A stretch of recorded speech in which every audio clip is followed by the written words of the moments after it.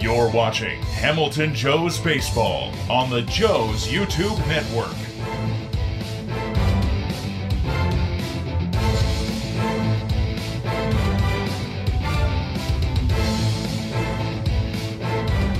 Hello and welcome, Hamilton Joe's fans, as we are here at Foundation Field for Game 1 in a two-game series, a very crucial two-game series between the Hamilton Joes and the Galion Graders. The Joes come in this matchup with a half-game lead over the Graders in the third spot and the final playoff spot in the South Division. I'm Reid Maus, joined along here with AJ Schraffenberger and Zach Verdea. Guys, how you doing today? It is hard to not get up for this game. This is easily the biggest game of the season for the Joes. Exactly, yeah. Sitting down but getting up in the metaphorical sense. Yes. But yes, it is a big night tonight, and we're excited and we're ready to get going. Yeah, a lot of playoff implications on the line here.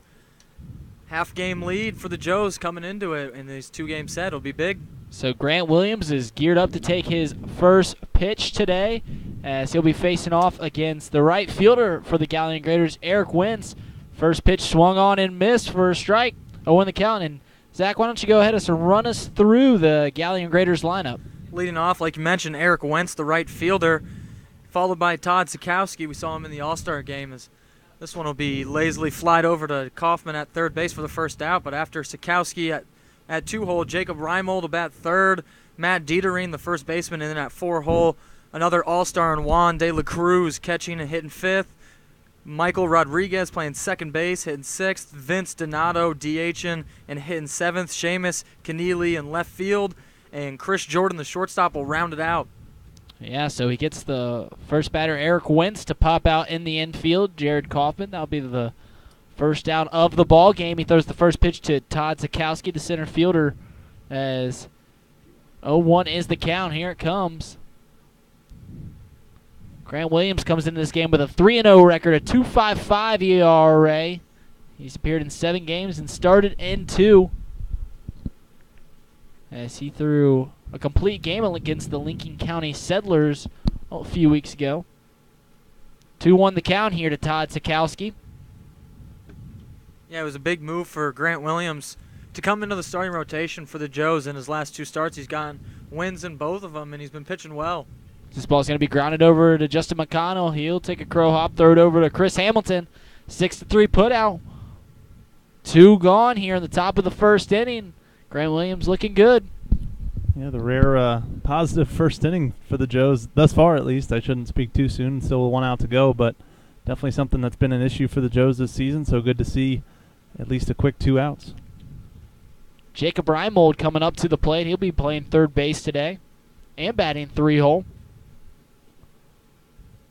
Here comes the first pitch from Grant Williams. There's an old Nolan Reimold.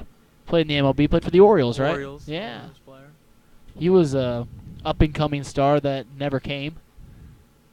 Played a few years. Had a few successes. This ball is going to lace into center field and just bloop on down for a single. So runner on first base, 2 gone, and Matthew Dietering coming up to the plate. Dietering batting cleanup, playing first base today for the Graders. None of the 3 people here have seen the Graders play. We all had conflicts in the schedule. Couldn't make it for it. But the scariest man in this press box, Ryan Finnerty, came on. Maybe we'll get him on the mic and tell us what we know. What we should know is the first pitch misses outside to the left-handed hitting Dietering. 1-0 the count. And what we've seen from Grant Williams in his 2 starts, now his third, is he pitches a lot to contact. On his balls hit and play average is .253, which is tied for the team lead with Ryan Middendorf, who's been the ace for the Joes all year. So Grant Williams really goes for contact, and it's been working as of late.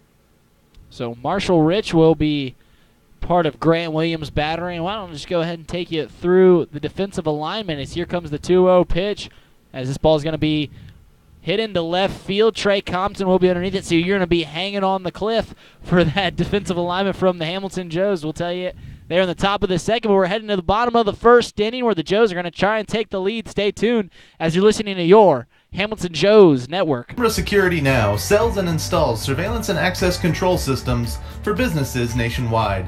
Their turnkey systems provide an excellent management control tool, going far beyond the obvious benefits of safety and security.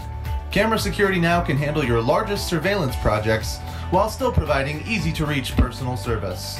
With their upfront pricing, itemized quotes, and live remote access with no monthly fees, you can rest assured your surveillance needs are in capable hands with CameraSecurityNow.com. The Hamilton Joes play ball on the banks of the Miami River, but the Great Miami Crew Rowing Squad is happy to sponsor the Hamilton Joes during the Great Lakes Summer Collegiate League baseball season. Robinson Fence Company has been servicing the Hamilton area for over 24 years. They're located at 1635 Howell Avenue in Hamilton and offer residential, commercial, and industrial fencing. For more information, please call Robinson Fence Company at 513-867-0080. Customized vehicle and car wraps from Luxurious Wraps will have you zooming past your competition. From full-color wraps and window graphics to magnetics and vinyl lettering, Luxurious Wraps' team of professionals will work with you to determine the best and most cost-effective solution to turn your company vehicle into a high-impact advertisement.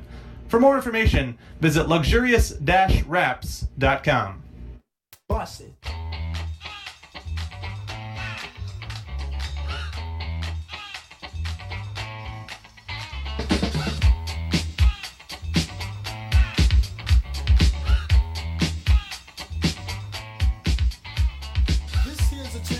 We are back here at Foundation Field here on the banks of the Great Miami River, which looks very blue today. I actually noticed that coming through Hamilton. And on my way to the ball game as Brandon Schlick's getting ready and just threw his final warm-up pitch here in the bottom of the first inning where Trey Compton will be leading off. AJ, why don't you go ahead and run us through the Joes lineup real quick? Yeah, so Trey Compton will be leading things off for the Joes tonight. He'll play left field. Justin McConnell will bat second at the shortstop position. Griffin Dorshing in his usual position. Batting third in the lineup, he'll be the designated hitter. Getting the night off in the field will be Dorshing. Batting fourth will be Chris Hamilton playing first base. McGean will bat fifth and center. Chandler Miller will play second base and bat sixth. Tyler Thaman out in right field will bat seventh.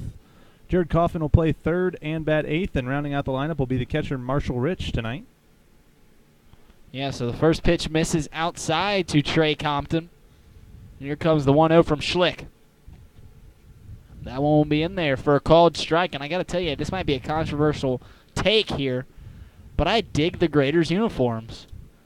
Yeah, I would say that I'm a fan of gray on gray. I dig it, and then it's just nice and plain and clean. And then I like the logo of the hat. I dig them. I'm not gonna lie. I'm not gonna sugarcoat it. I've never lied to you guys before. No, you have not. As there's a 2-1 count here to Trey Compton. Schlick will kick and deal. This ball will be singled into center field. Didn't have his patented floater over the shortstop, but it's all the same as there's a runner on first base and nobody out.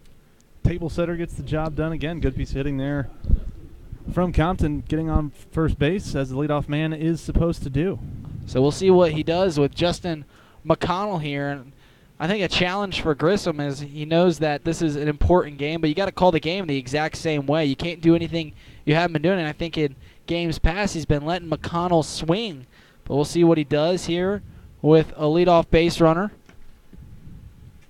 Schlick coming set. He'll kick and deal, and it looks like McConnell Will's looking to bunt. It looked like one for a base hit here, at least the first attempt. We'll see if he sacrifices himself as that ball misses upstairs. 1-0 the count. Schlick getting the sign from his catcher. Coming set. He'll kick and deal. They're going to let McConnell swing. At least it looked like it there. 2-0 the count. And I like the idea to let him swing here in the first inning. Same ball game. Same ball game you've been playing. Here comes the 2-0 from Schlick. As he'll check over on Trey Compton. Juan De La Cruz, the all-star behind home plate in the battery between Schlick and De La Cruz. It's lovely pronunciation, I should say. Yeah, you're trying to trying to get on me, but then you mispronounced it as McConnell laces one into deep left center field. That will be extra bases. Compton will be sent rounding third. Not a play at home as Justin McConnell has an RBI double. As that thing was laced, it wasn't hit too far over in the gap. It was only hit probably 30 feet to the left of where the center fielder was playing, but hit so deep and so hard that it sneaks on by the center fielder. And out front here early is the Hamilton Joes, 1-0 our ball game. Yeah, that one just carried into the gap more and more for McConnell. He's been hot lately. Seen him with the home run earlier in the series against the Scouts in Xenia, and he just kept on it. And that one was laced, like you mentioned. Just a rope into left center field, got it off, started hot. Joes have a 1-0 lead early in the first inning. It's been a while since they got out of the first inning clean on the top half and then came back and answered in the first. So Dorshing up at the plate as the 0-0 will miss upstairs, bringing the count to 1-0. A single and a double. 1-0 our ball game here in the bottom of the first inning. Here comes the pitch from Schlick, as this one will be fouled and hit off De La Cruz. So 1-1 our count.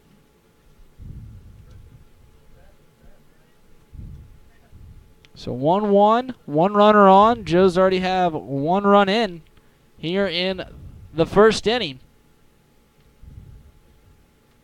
As the big Dorshing up at the plate. Here comes the pitch. This will be taken for the ball. Clovis Lovelace, me and Zach's favorite umpire. Yeah, good to have a familiar face behind the dish tonight. Or like a familiar bat, because we really don't see their face. So 2-1 the count. Here from Schlick. He'll kick, he'll deal. Dorshing's going to just tap one out to Schlick. That'll be flipped over to first base. First out, but Dorshing does move the runner. So runner on third base. One out, so I'm sure Dorshing's going to be upset with that swing. But he did at least have a productive out. Yeah, tried to hold up. Just keep that at bat going, but he couldn't and just chopped it a little too much there. Pitcher able to easily get it, but it works basically as if you were sack bunting. I mean, you would never sack bunt a guy like Griffin, but you take it with a runner on third base and only one out. Got a good opportunity here. So now Hammy, Smoothie King, with a smooth swing, as Zach likes to call him. Up at the plate, runner on third base, one out. This pitch will be in there for a called strike right on the inside part of the plate, 0-1. Saw him come through huge yesterday with the RBI triple off the wall with 2 outs just to extend that lead. He's leading this team an average 360. He's tied with Compton for a 412 on base percentage. So he rips that. Didn't mean to cut you off there, but rips that one down the right field line. Bringing the count to 0-2.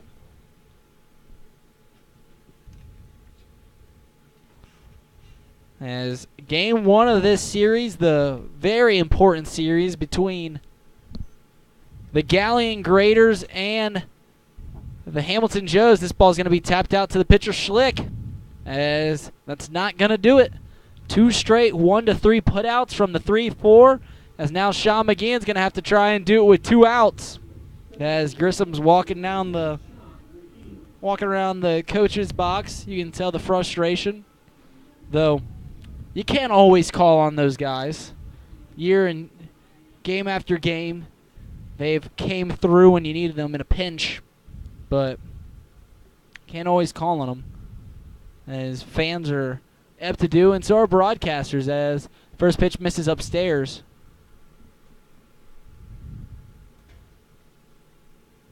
You start to take things for granted out of clutch or some of your best players. You start to, I mean, you see that. We'll switch over to basketball, like LeBron, game in and game out, 35 points, but the game he has 10, you start going like, oh, what about LeBron? Michael Jordan never do that. But don't want to talk about basketball here, as this ball is going to be popped up and the third out of the inning, as the 3-4-5 can't get that final run in, but the Joes do take the lead here in the first inning, as we're going to head to the top of the second inning, where Zach Verdea will be on the call. Stay tuned as you're listening to your Hamilton Joes Network. Bridgewater Falls is proud to continue its sponsorship of the Hamilton Joes.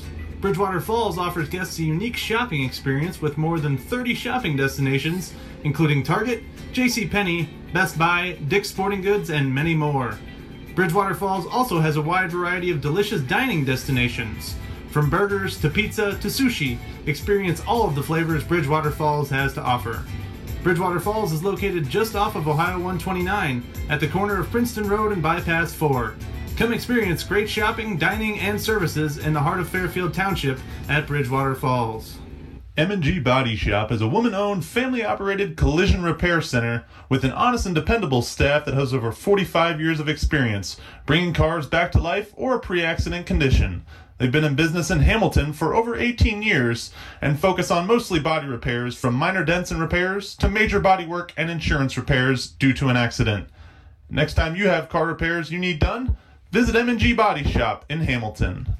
Proud Hamilton Joes sponsor Miller Coors wants to remind you, whether you're watching the Joes at Foundation Field or catching the game on YouTube, to never compromise on taste. Reach for a Miller Lite, the light beer that's always brewed for more taste with only 96 calories and brewed right here in Ohio. Miller Lite, hold true.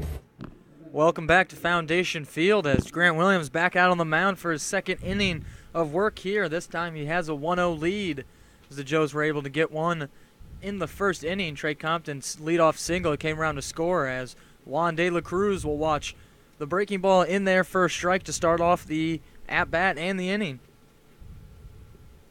De La Cruz, as Reid mentioned earlier, all-star on the year. Saw him split some time in the all-star game as he takes that one inside for a ball, 1-1.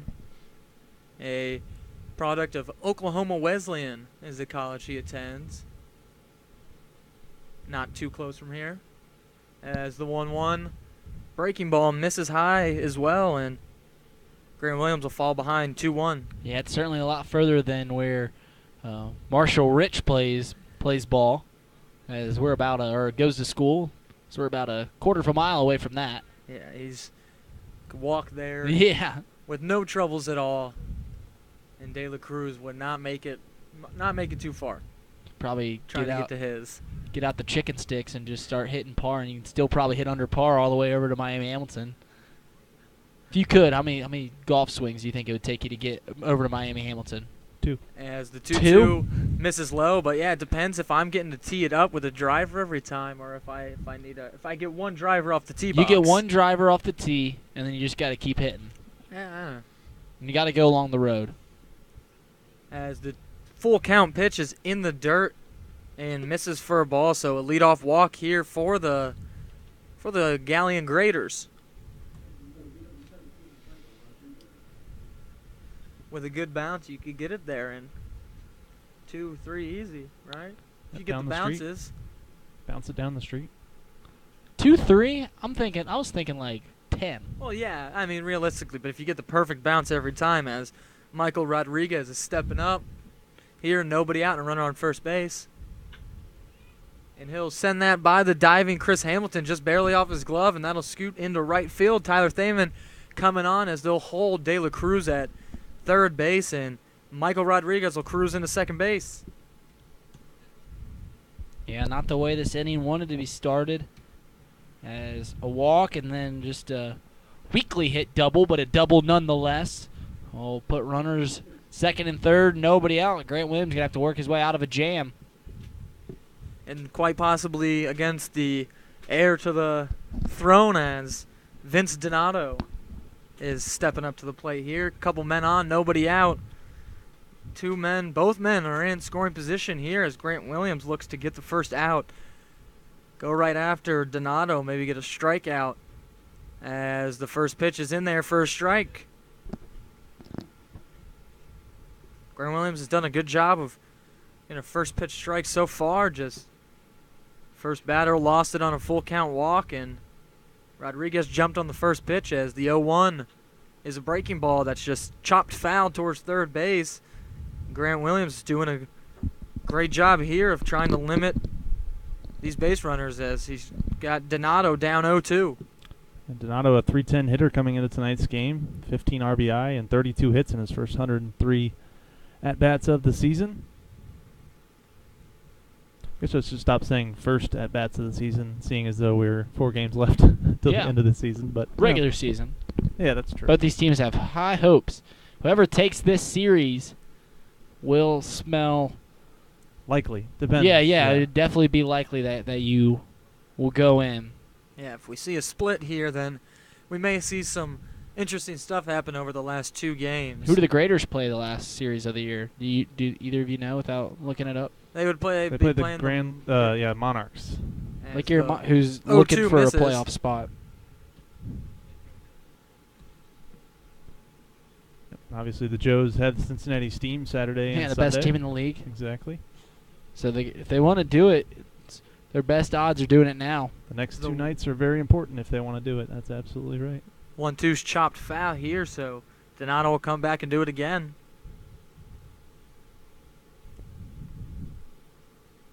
Graders have, coming into the day, lost 2 straight games against the Southern Ohio Copperheads. The Joes picking up the 2 wins, winning 3 straight, and now sitting in the spot ahead of the Graders by half a game.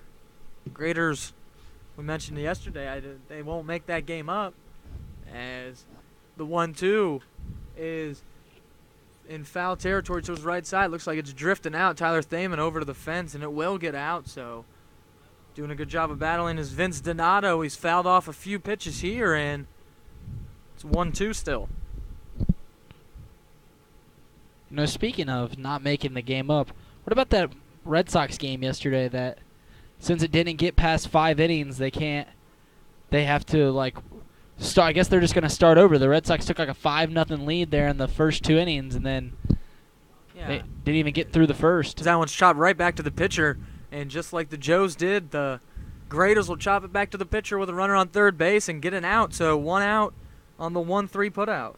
Yeah, and I guess the official, which I'm hearing this secondhand from another guy, so I don't know the full details, but yeah, they're just going to have to restart the game on a doubleheader sometime this year. So I think there was 2 home runs hit, and what if you're one of those batters that hit those home runs and those are just nullified, like they just didn't happen? Jonathan Scope was in that game. He plays for the Orioles, and he was 0 for 2, I believe, or 0 for 1 at that point, and he had an 11-game hit streak on the line, and everything's going to be reset. Yeah, reset, so he still has his hit streak going into today. As the first pitch to Seamus Keneally is fouled out of play.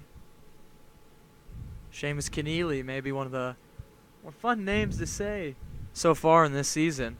Yeah. Besides, of course, Clovis Lovelace. It's not even a player. It's got to be one of the more Irish names you've ever heard. Ever. Seamus Keneally. He should. Mr. Keneally. If there was trades, they should have been traded, or he should have just signed with at the beginning of the season the Irish Hill Leprechauns. It's a match made in heaven, and he really blew it on that one. I think we were just going to skim past AJ's Irish impersonation. Let's address it. Go for it. I want to hear it again. Just own up to it. Is it that good? I don't know. I could barely hear it. I think you're trying to hide it. That may have been the case. Yeah. Similar to the Graders starting pitcher, you're trying to be Schlick. Nice. See what you did there? As my stand-up starts next weekend at the Funny Bone. Opening at the Funny Bone. The 1-1 to Keneally's in the turf. Marshall Rich doing a good job of blocking it with his body there and keeping the runners where they are. Juan De La Cruz on third base. Michael Rodriguez on second after the leadoff walk and double. Grant Williams was able to get Donato to ground out. Chop right back to him for the putout, but now down 2-1 to Keneally. Grant Williams will need to go right at him as he kicks and deals in the 2-1. Misses low, so Grant Williams in some trouble here. Might load him up. 3-1's the count.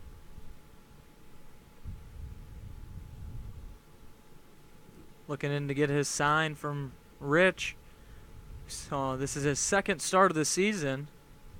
So I'm start one game, the second game of the doubleheader in Southern Ohio, as that one hits the outside corner, and Grant Williams has brought this count to full with 1 out. Yeah, having a third catcher on the roster really adds just so much flexibility to Adam Grissom's lineup card is, instead of just having to flip-flop Colin Holman and Michael Hall to give them the proper amount of breaks and whatnot, as they can really mix and match according to the pitcher, according to what they're facing and whatnot.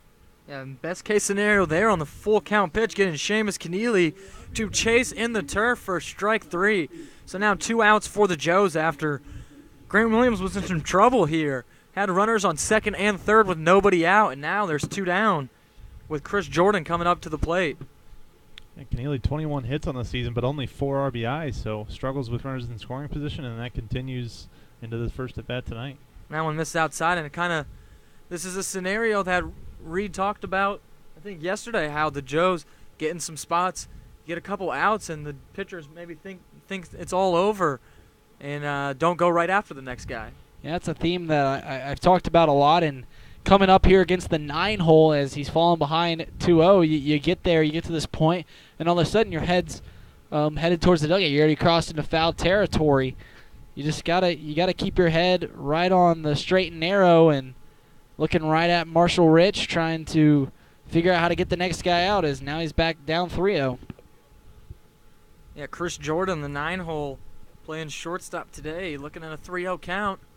You know, big spot here in the only early in the top of the second inning. Grant Williams is looking to get the 3-0 sign from Marshall Rich. Gets it and deals, and that one will miss low. So Chris Jordan draws a 4-pitch walk, flip the lineup over. Eric Wentz, who is 0 for 1, led off the game with a weak pop out to third base. He'll be the one to have a big spot with the bases loaded. Yeah, that's a really bad walk there by Grant Williams. You got the 9-hole up. Cardinal sin. Yeah, it's 2 outs. You give up a walk and then a double to lead off the inning, and then you work your way out of it to at least a little bit. And then you face the 9-hole in 4 straight pitches. You walk them. It's making AJ over here cringe in his seat. The first pitch to Wentz is in there for a strike. He's got like the Arthur meme going on right here, just clenched fist right by his pocket. Breaking ball gets Wentz chasing there, so Grant Williams, after the 4-pitch walk to the 9-hole, is ahead of Eric Wentz 0-2. Wonder how many of our listeners even know what the Arthur meme is. My guess is 10%. You had to put a number on it. 10%. So if we have 15, 1.5 people, one person knows exactly what it is. One person has seen it before.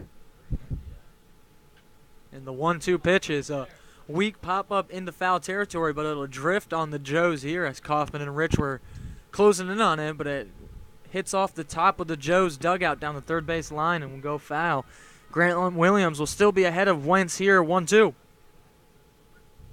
Wentz hitting .375 on the season, 9 for his first 24. Williams battling here in the top of the second inning, already almost up to his 40th pitch of the evening, so he'll want to get out of this inning without any more trouble. Williams coming set before the 1-2 pitch.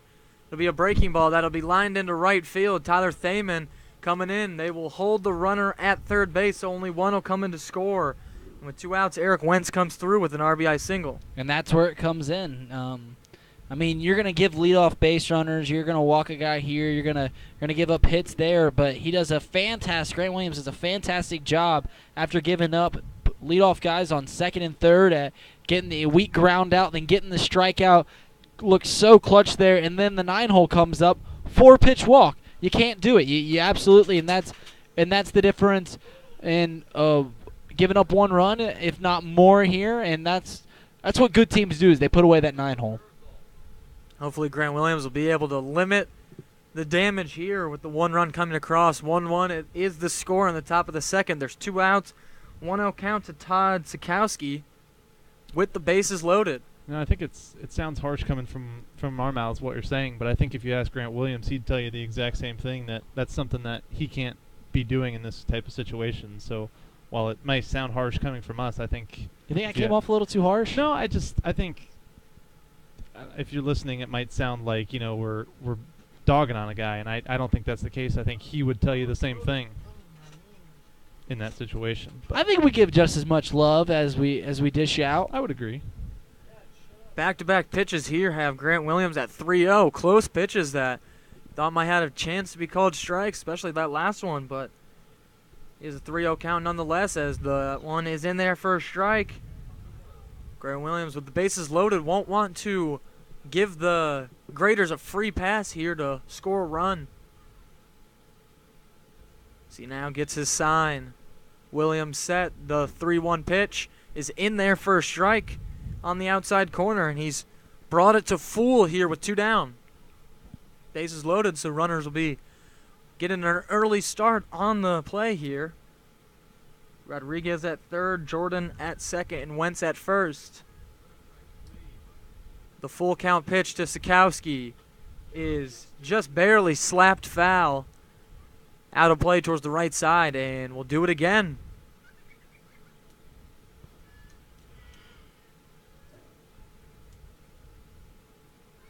Full count pitch for the second time upcoming to the center fielder for the Graders. So Williams gets his sign. He'll deal again. And that'll be sent up the middle. Justin McConnell able to get a glove on it. Oh, my gosh. Spin, What a throws to play. first base and got him. Run-saving play there by Justin McConnell That's for the saving third 2. out of the inning. That saves 2 runs It right does, there yeah, with the absolutely. runners going. That ball sneaks up the middle. I mean, McConnell knew he had to get rid of it, and he knew Zakowski would be on the move or moving quickly down the line. Just same play, almost exactly the same play we saw yesterday. Fields it right up the middle, pirouettes, delivers a dart over there to Chris Hamilton, and a good stretch by Hamilton staying on the bag. So Williams able to get out of trouble there, giving up just the 1 run, allowing the bases to be loaded. Justin McConnell's great play ends the inning. Tied 1-1 going to the bottom half of the 3rd inning. At 4-Star Mechanical, they are dedicated to you and all of your different HVAC needs that you have as an owner or building engineer. They have been serving the commercial and industrial construction community for over 20 years and continue to strive for past, present, and future complete customer satisfaction. For more information, visit them on the web at 4starmechanical.com. Camera Security Now sells and installs surveillance and access control systems for businesses nationwide. Their turnkey systems provide an excellent management control tool, going far beyond the obvious benefits of safety and security. Camera Security Now can handle your largest surveillance projects while still providing easy-to-reach personal service. With their upfront pricing, itemized quotes, and live remote access with no monthly fees, you can rest assured your surveillance needs are in capable hands with CameraSecurityNow.com. Nothing pairs better with summer or exciting Joe's action than an ice-cold Coca-Cola. The Joes are proud to serve Coca-Cola at Foundation Field and want to remind you to share a Coke and a smile with your favorite Joes fan this season. Coca-Cola. Taste the feeling. And leading off for the Joes will be Chandler Miller, the second baseman, followed by Tyler Thaman, Jared Kaufman. And hopefully the Joes will have more than 3, and Marshall Rich will round it out. Hopefully get his first at-bat of the day, as 6-hole Chandler Miller will see a first pitch ball inside. Chandler Miller hitting 265. It's about 5th or 6th or 7th on the team in average, but he's putting out a 400 on-base percentage, which is 3rd on the team behind Chris Hamilton and Trey Compton, who are tied at 412. He has a higher on-base percentage than Justin McConnell, Griffin Dorsing, so Chandler Miller's found ways to get on. As that one's fouled off. 1-2 now. Chandler Miller's has 20 walks in that second on the team. Only 2 behind two behind Trey Compton. So that's one of the ways he keeps getting on base here, as the 1-2 pitch upcoming. Schlick's 1-2 is sent to right field for a leadoff single for Chandler Miller, just doing a good job of going with it there. Yeah, absolutely. Great job there from Miller. Just hitting it where it's pitched there, but especially with 2 strikes, just kind of fighting that one off into right field and doing a good job of leading the inning off for the Joes. That'll bring up Tyler Thaman, playing right field today and just about every day for the Joes. Yeah, and so far through the first 3 half innings, 2 innings have had a leadoff guy get on. Those both innings squandered a run. as he'll throw over to Chandler Miller at first base, and he'll slide in safely. Schlick back on the bump. Mound and bump. I switched it both times. That's impressive.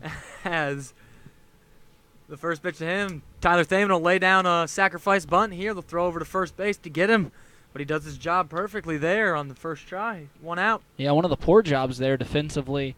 Third baseman does a good job, but Juan De La Cruz doesn't go and back up third, doesn't go and get third base. I don't know if that's, some teams require just their pitcher to go over there, but I'd say 90% of teams want your catcher to hustle down there because he is actually a fielder, no offense to the former left-hander in the booth. Whoa.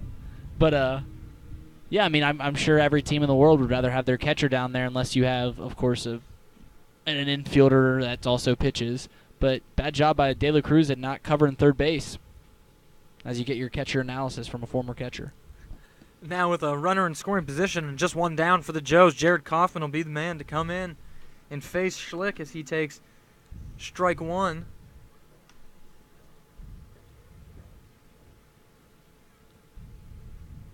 Marshall Rich on deck, so unless there's a unconventional double play, we'll see him round it out for the Joes as Jared Kaufman swings and fouls that one back and out of play. He's down 0-2 to Schlick.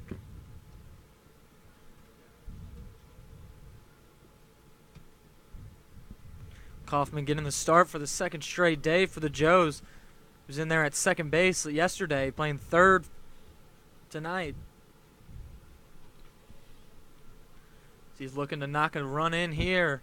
Hopefully get Chandler Miller to score as the 0-2 pitch from Schlick is sent out into right field. Sound like a little bit of a broken bat there for Kaufman. They won't send Chandler Miller, and the Joes will have runners on the corners with 1 out. Almost a tough play there by De La Cruz. Looked like he wasn't really paying attention. How does Kaufman break so many bats? He broke another one. I want a running count of how many bats he's broke. I've got to ask someone on the team. If you remember before the All-Star game, they did a little promo video between all the All-Stars, and one of the things Justin McConnell mentioned in the video was how funny he thinks it is at how many bats Kaufman breaks. There was one game we went up to Flat Rock. He broke 3 in that series alone, that 2-game series. Breaks another one. I mean, it's got to be close to double digits at this point. Yeah, we have to be getting up 6, 7 double digits. That one was just a sawed-off, a little bit of a different broken bat there. They never shatter. On the handle. Usually sounds like just a split. That one actually got some different lumber to come off as Marshall Rich will have a big spot. That was a Louisville Prime, which, if I remember, let's see if my Price is Right goes, I think that's about a $115 bat. I don't think it was an M9, which run about 90, but, I mean, a Prime is $115. So you break a 10 of those. That's a cool $1,000 spent on some lumber. I'm sure his parents know all about how many bats he's broken as far as the season. They don't need us telling him over and over that he breaks all of his bats, as that one is in there for a strike to Rich. At this point, you just got to ask yourself if it's worth just buying a tree from wherever the Louisville Slugger factory chops down their trees and just getting them hand delivered. Have you been through that factory? Yeah, I've done it. It's really cool. It's good stuff. I did it when I was like 15, so I was more enamored at taking BP with like all the bats that were like, I don't know if they're not game used, were they? They're just style. Yeah, they're the exact same style. Yeah. And of course, I did most of my time hitting with the Sammy Sosa 1998 bat. I hit with Joey Votto's bat. That was pretty interesting. Then you hit with Babe Ruth's bat, which is a plus 20. Yeah. It's 54 pounds. 50. It was either 55-25 or 55-35 or 54-34. 30. I mean, a 35-inch bat. 35-inch bat, 55 ounces. It's incredible. Telephone pole. And Jared Kaufman's moving on the pitch as that one is in there for a strike.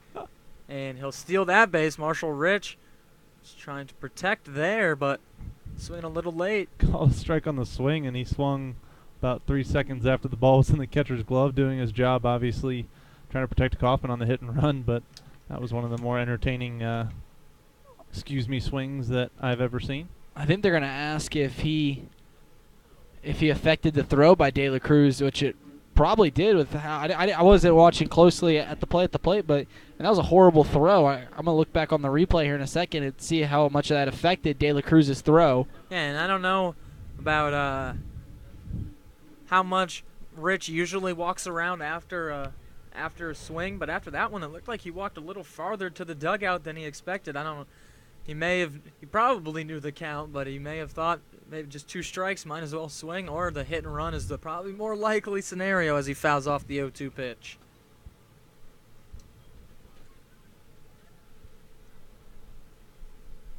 So I think Rich is still looking. Is he still looking for the hit on the season? He is. He's 0 for 5 in his first 5 at-bats thus far. He's Does had a have an few good RBI, swings. though. He's got a few good swings. He's put the barrel on the ball at least twice. So a big opportunity now with both runners in scoring position. And just one out as that squirts by, gets through De La Cruz's legs, and Chandler Miller's able to come home easily and score, giving the Joes the 2-1 lead. Yeah, it was a good job scoring on the, I guess we'll call that a Wild pitch. Wild pitch. Absolutely. Oh, Ryan's giving it the pass ball there. Official score. mercy. This dude is ruthless. I'll tell you what, if there's one person you don't want to meet in this press box, The dark alley. it is Ryan. If you found him in a dark alley, he'll strong arm you. Rich will have a 1-2 count here. With the run already coming in, he has Kaufman out on third base as he swings and fouls that one, and he'll stay alive here, 1-2.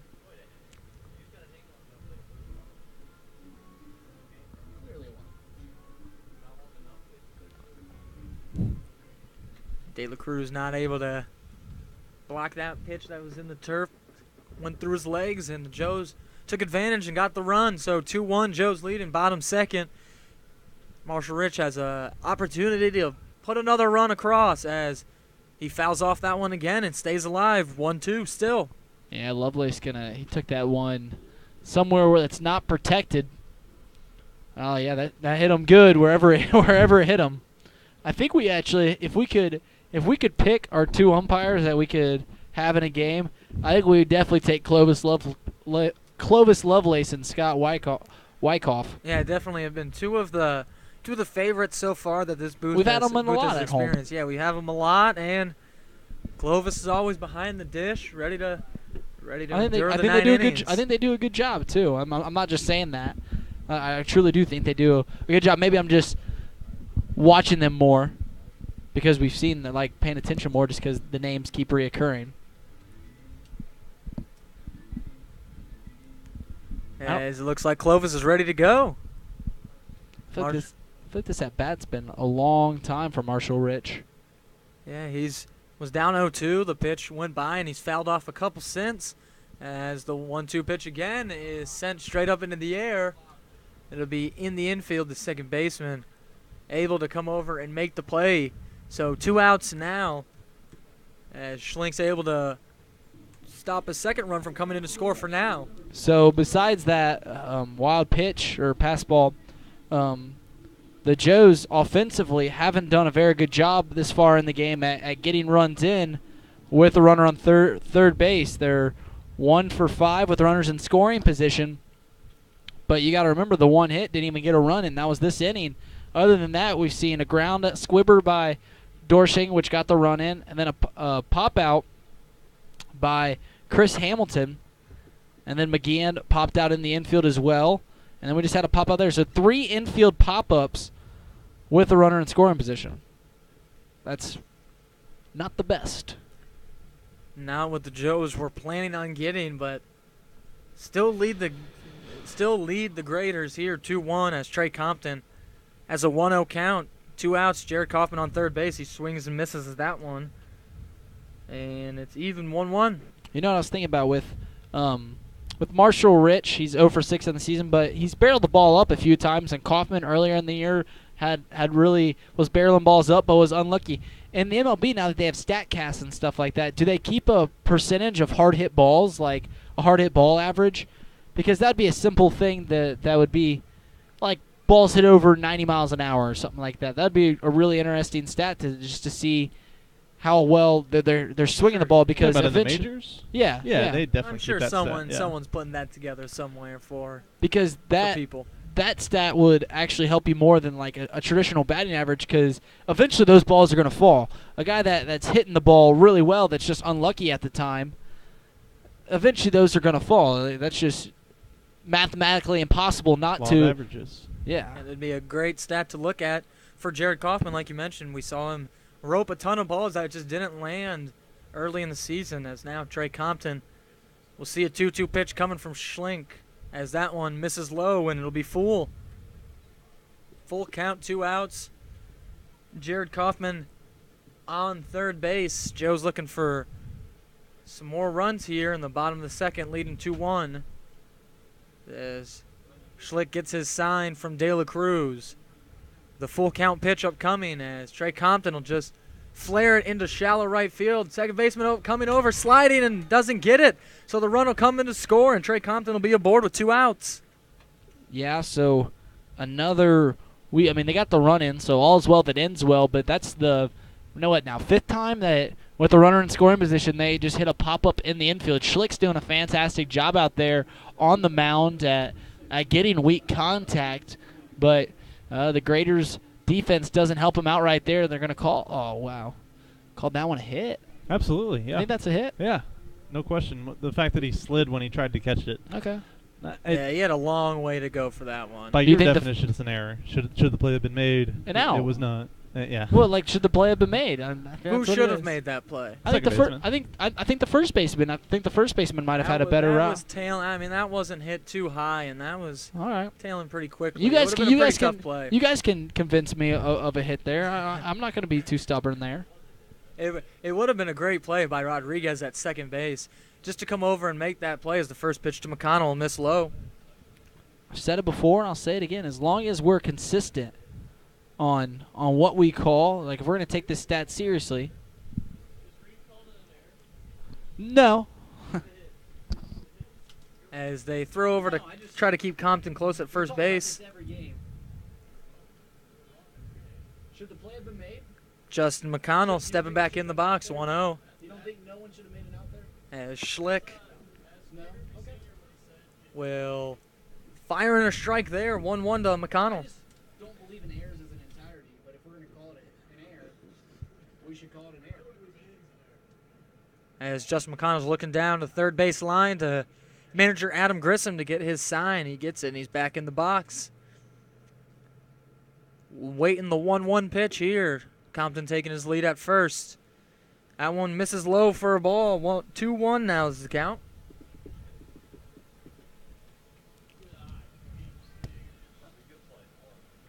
McConnell had a RBI double back in the first inning. Trey Compton was aboard with the leadoff single, and then McConnell drove him in.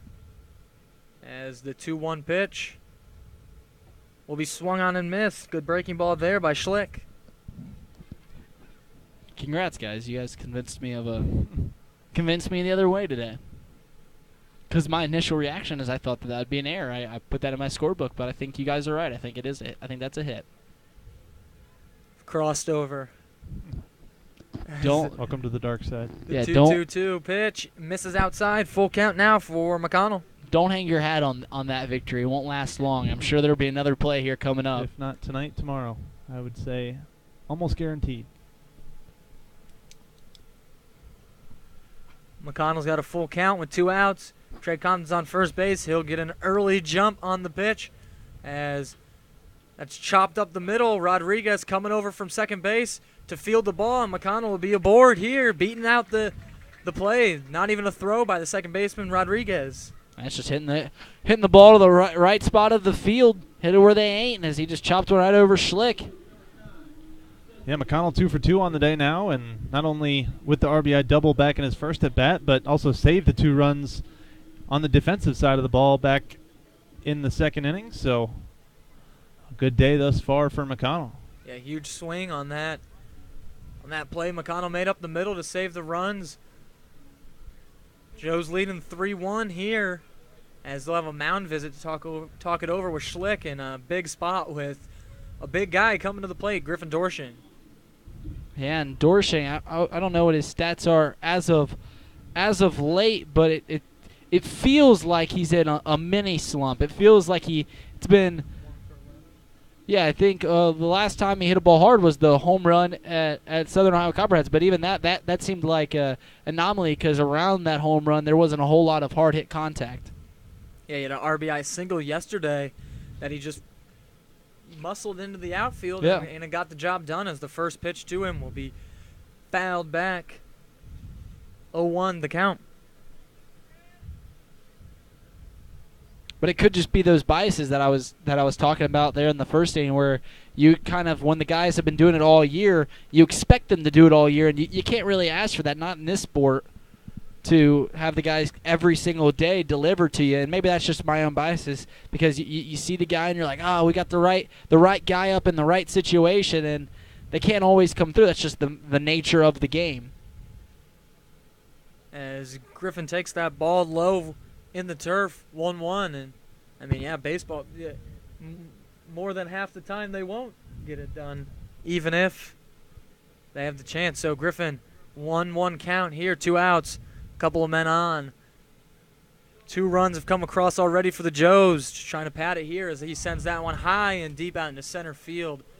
Be able to camp under it as Todd Sikowski makes the catch for the 3rd out of the inning, but the Joes get 2 and lead this one 3-1 as AJ Schraffenberger will be on the lead call here to start the 3rd inning on your Hamilton Joes Network.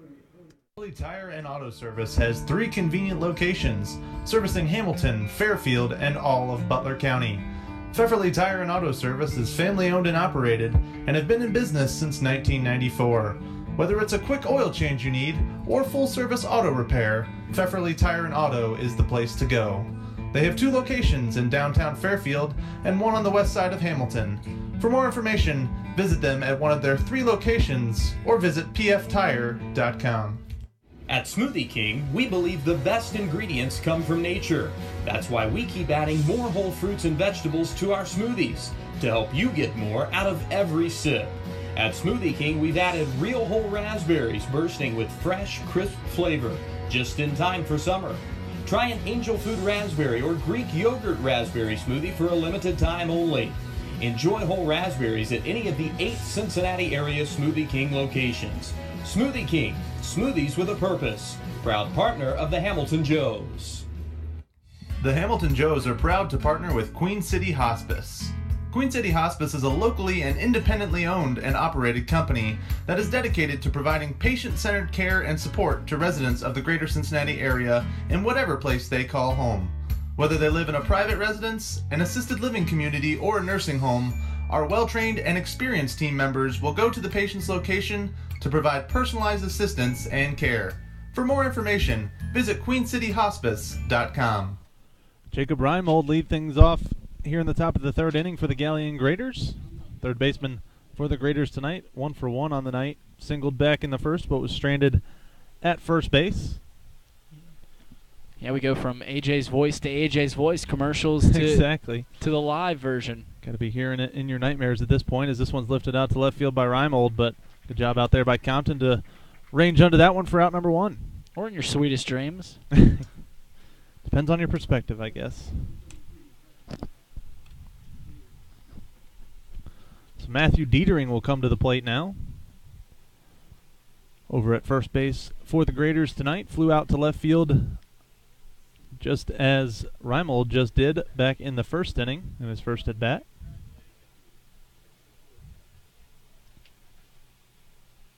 Pitch from Grant Williams catches the outside corner for strike 1. Looks like Dietering didn't like the call, and I can't say I blame him. Looked like it was a little bit outside, but yeah, on the wave there, Clovis gave it to him. So quickly ahead 0-2 as that one swung on and missed is Grant Williams. It's interesting to see what umpires call, what their zone is, because all umpires line up in the same spot, right in between the. Good morning, good afternoon, good night here to Dietering. 3-pitch strikeout, last 2 of the swinging variety. So Dietering set down on strikes for the 2nd out. Yeah, but like I was saying, it's so interesting to see every umpire's zone, because most umpires line up right in between the batter and the catcher. So some umpires see the inside pitch really well, but the outside pitch they're a little shaky on, and sometimes it's the vice versa. Which it's interesting to me, because it always seems like you should see the inside pitch because it's right there. Right. So Juan De La Cruz will step to the plate now, behind 0-1, and now it misses down and in does Williams to even up the count at 1. Overcast night here in Hamilton, Ohio. Yeah, A little bit warmer early on, and now starting to cool off a little bit as the clouds roll in and the sun starts to sink down. 53 minutes into tonight's game. Yeah, there was, looking through the weather app, the trusty Apple weather app, there was a call for maybe some rain later today, but we'll see if that comes into fruition, as it looked like 50%. You'd be surprised at how much I care about the Apple weather app the opposite way. I think it's one of the worst apps to use for weather. As this one's tapped to short by De La Cruz. McConnell up with it in plenty of time over to first base, on to Hamilton. So a quick 1-2-3 inning, just what the doctor ordered for Grant Williams. The Joes will head to the bottom of the third inning, look to build on their 3-1 lead when we come back. The Great Miami Valley YMCA is a 127-year-old organization serving nearly 50,000 people throughout 8 locations located in and around Hamilton, Fairfield, and Middletown. Their mission is to put Christian principles into practice through programs that build healthy spirit, mind, and body for all. For more information, please visit gmvymca.org. At TriHealth Orthopedic and Sports Medicine, they know that in Cincinnati, sports isn't just a way of life, it is life. That's why the Hamilton Joes trust TriHealth to train and care for their players. TriHealth aims to ensure you don't miss out on a single moment. They provide care Cincinnatians need to keep doing what they love. So get out there and keep cheering, keep playing, keep following your passion with TriHealth Orthopedics and Sports Medicine. Hamilton Joes Baseball is brought to you by Triangle Sign Company, a sign of quality since 1921. If your current signage isn't giving you the visibility to attract interest and assist in getting people in your door, then it's time for a custom sign solution from Triangle Sign Company. Whether you're a big or small business, school, or organization, they will design and build a sign that is just right for you. Offering their support for the Hamilton Joes, we thank Triangle Sign Company for their continued support. At L.E. Schofield Window and Door Company, you'll get competitive prices from a trusted local company. You can depend on L.E. Schofield's outstanding workmanship and 65 years of experience to get the job done properly every time. From garage doors to entry doors to windows and awnings. For more information, visit SchofieldWindowDoor.com. And we're back here in the bottom of the third inning as Chris Hamilton will lead things off for the Joes here in the third inning. 0 for 1 on the night, grounded out to the pitcher back in his first at-bat. Hitting .360 on the season, including tonight's 0 for 1. 5 home runs for Chris Hamilton and 27 RBI in his 49 hits. First pitch to Hamilton, swung on and lifted out to right field, taking a few steps in, but then retreating back a few steps is the right fielder Wentz, and he'll be under that one for out number 1. Yeah, Wentz made cardinal rule of outfielding, especially on a pop-up like that where you have plenty of time. His first steps were in. Always go back, especially like sometimes on a line drive you got to come forward, but on a weak hit pop, well, not a weak hit pop-up, but one that's skied out like that ball, got to take a few steps back as he started retreating, and I knew it was going to happen. You could almost see an error coming, a blooper reel. He almost stumbled there. He was just drifting back and back and back farther, and then he had to do the back pedals there while catching it, which, yeah, you can see him eat it sometimes. Speaking of outfielders stumbling and eating it, please tell me you saw Max Kepler yesterday. That was incredible. Toronto, yep.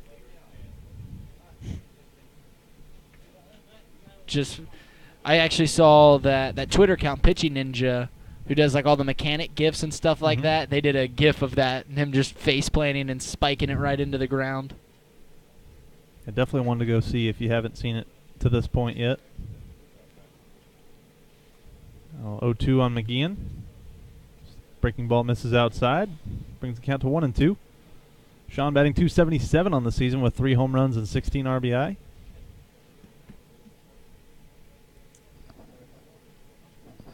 Comes the 1-2 from Schlick. Breaking pitch. Looked like it caught the outside corner. Schlick has yet to look back at the plate. He thought that one was going to be called strike 3, but not so, says Clovis Lovelace.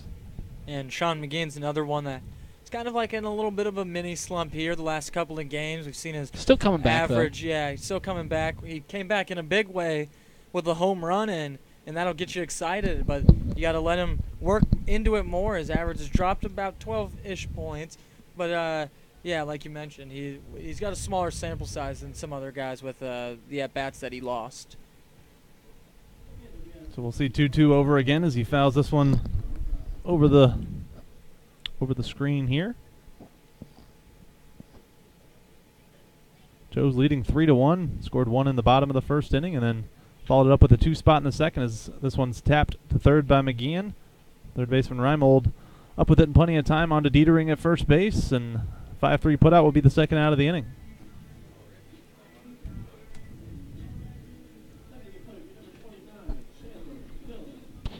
They'll bring up second baseman Chandler Miller now. Miller singled and scored back in the second inning. It's just an inning ago. We're already just about an hour into tonight's game, only in the bottom of the third here. Miller swings and misses in that one, and that'll be strike one.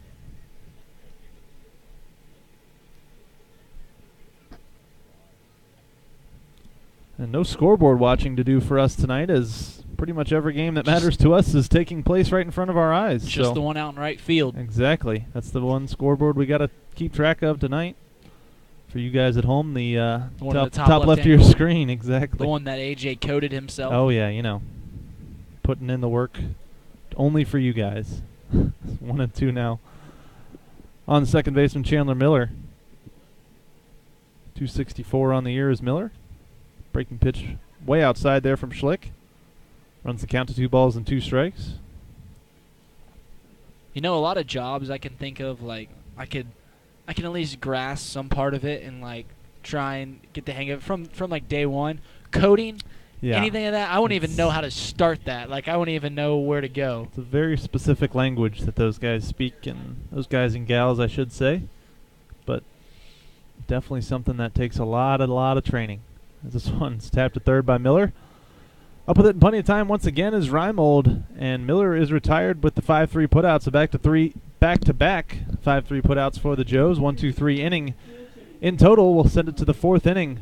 Reid Maus will be caressing your ears with lovely words in the fourth inning when we come back on the Joes Network. In 2015, Aspen Roofing and Siding has firmly planted its name within the tri-state community. A step above the rest is not just a slogan, but a way of life. They exist to protect and enhance your home, which is your most valuable investment.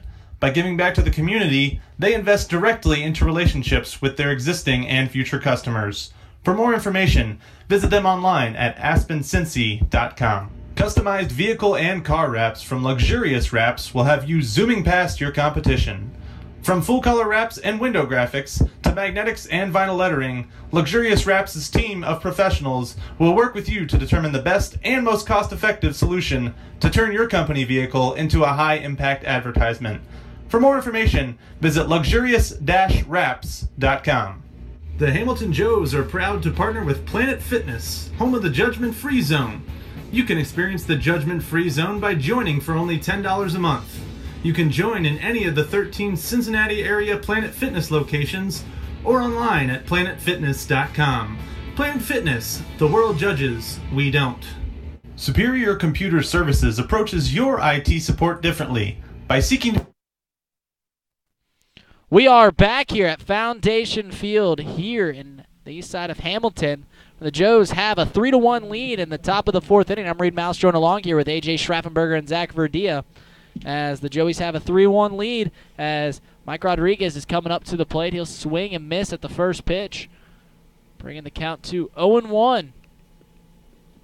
Rodriguez in his first at-bat had that double down the right field line, but was unable to score as Grant Williams did a good job at containing it. 0-1 misses as here comes the 1-1. Mike Rodriguez swinging and missing, looking foolish on the outside, off speed. We'll see if Marshall Rich elects to go back to that or if he comes with the fastball up and in here on the 1-2. Grant Williams went with the fastball up. Missed his intended target by a little bit, but that's not a bad miss. Here comes the 2-2 to Rodriguez. Williams working quick. This ball is going to be flown into center field. McGeehan giving chase. He'll come underneath it. One gone here in the top of the fourth. So now coming up to the plate is the son of the pizza empire, Vince Donato. He grounded out to the pitcher, Grant Williams, there in his first at-bat. Don't fact check us on any of I that. was going to say. Not confirmed, but. We promise it's true. Well, if he doesn't own the Donatos, there's open grabs for the Papa Johns as here comes the first pitch from Grant Williams. This ball is going to be flown into right center field, has chances for extra bases. McGeehan's going to come underneath it. One pitch, another out here. F8. So the Irishman himself, how do you pronounce his last name? Keneally?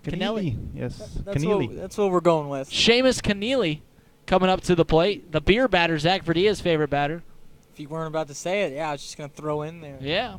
I was going to slip in beer batter. He doesn't have a problem. He's just obsessed with the beer batter himself. As here comes the first pitch. He'll miss, bringing the count to 1-0. We got lucky. We got spoiled yesterday. Yes, we did. With the beer batter Golden striking sombrero. out 4 times. 3 of them looking, which are always more fun. Shiny traditional Hispanic headwear, as the 1-0 is going to be in there for a called strike. A much simpler way to say golden sombrero. As this ball is going to be grounded over to Chandler Miller. Quick inning there as Grant Williams is going to head to the bottom of the 4th inning with a 3-1 lead. Stay tuned as you're listening to your Hamilton Joes Network. For over 40 years, the Moats Group has been committed to leaving a lasting legacy with every field they create. They are synthetic and natural turf specialists, focusing on sports field design, construction, removal, replacement, maintenance, and management. Moats has made their name designing innovative and comprehensive, performance-based sports field systems tailored to their customers' specific needs. They build fields from inception to completion with pride, dignity, and the utmost integrity. For more information, please visit themoatsgroup.com. Proud sponsor of your Hamilton Joes. The Hamilton Joes play ball on the banks of the Miami River, but the Great Miami Crew Rowing Squad is happy to sponsor the Hamilton Joes during the Great Lakes Summer Collegiate League baseball season. Fort Hamilton Hospital is a full-service community hospital who continues to lead the way to better health in the Butler County area, serving patients from Fairfield, Oxford, Cincinnati, and Middletown. Fort Hamilton Hospital combines modern technology, highly skilled physicians with a friendly, caring staff. Their offerings include maternity, emergency, the most advanced wound healing in Butler County, and a range of outpatient services. For care you can count on, visit Fort Hamilton Hospital, located at 630 Eaton Avenue in Hamilton. Richard's Pizza is one of Hamilton, Ohio's most favorite spots, bringing you Richard's famous steak sandwiches since 1955, and a proud supporter of your hometown Hamilton Joes. Whether it's pizzas, salads, pastas, or a little bit of fudge for dessert, Richard's Pizza has it all for you and your family. In its 70th year of... We are back here at Foundation Field where the Joes have a 3-1 lead here in the bottom of the 4th inning. It has started to drizzle here at Foundation, but we have turf, and it hasn't come down to as Tyler Thaman, see you later, as that ball is gone. Brandon scored a 4-1. That's his 3rd homer of the year. We've seen the power come out of him. He gets a hold of one, and he sends it deep. He's got a beautiful swing, and he showed it off there. Yeah, he just got a ball right over the plate. Schlick tried to be slick and try to get one by Thaman, and next thing you know, that ball is over the paid appliance sign and into the housing right behind left field.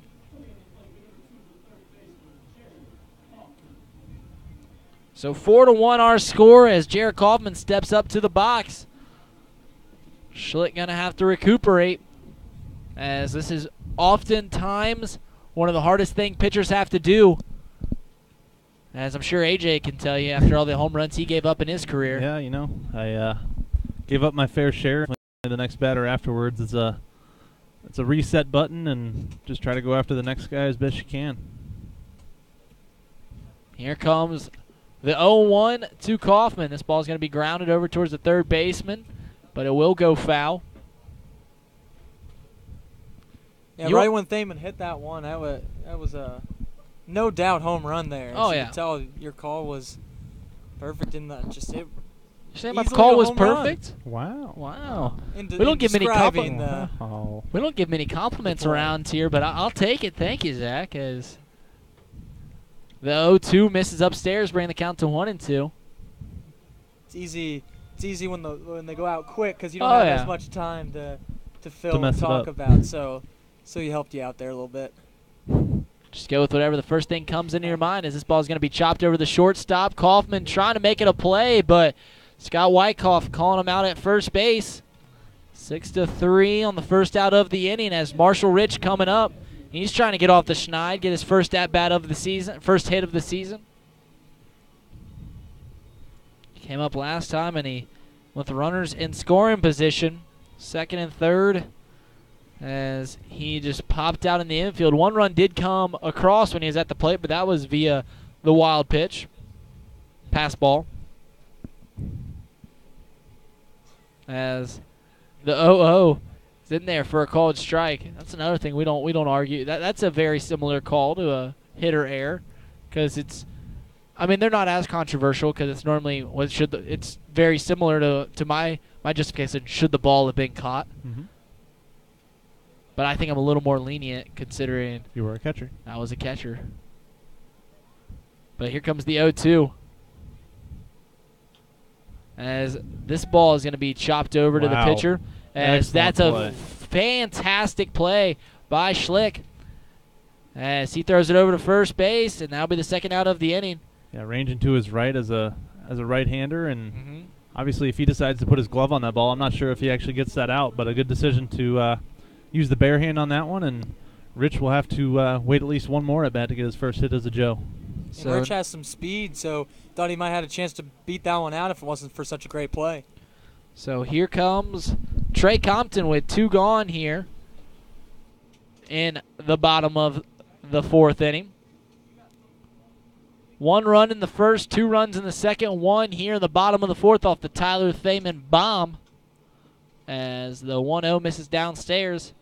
The Graders answered back there in the top of the second to tie it up at 1s, but since then have been quiet. Still got a lot of baseball left.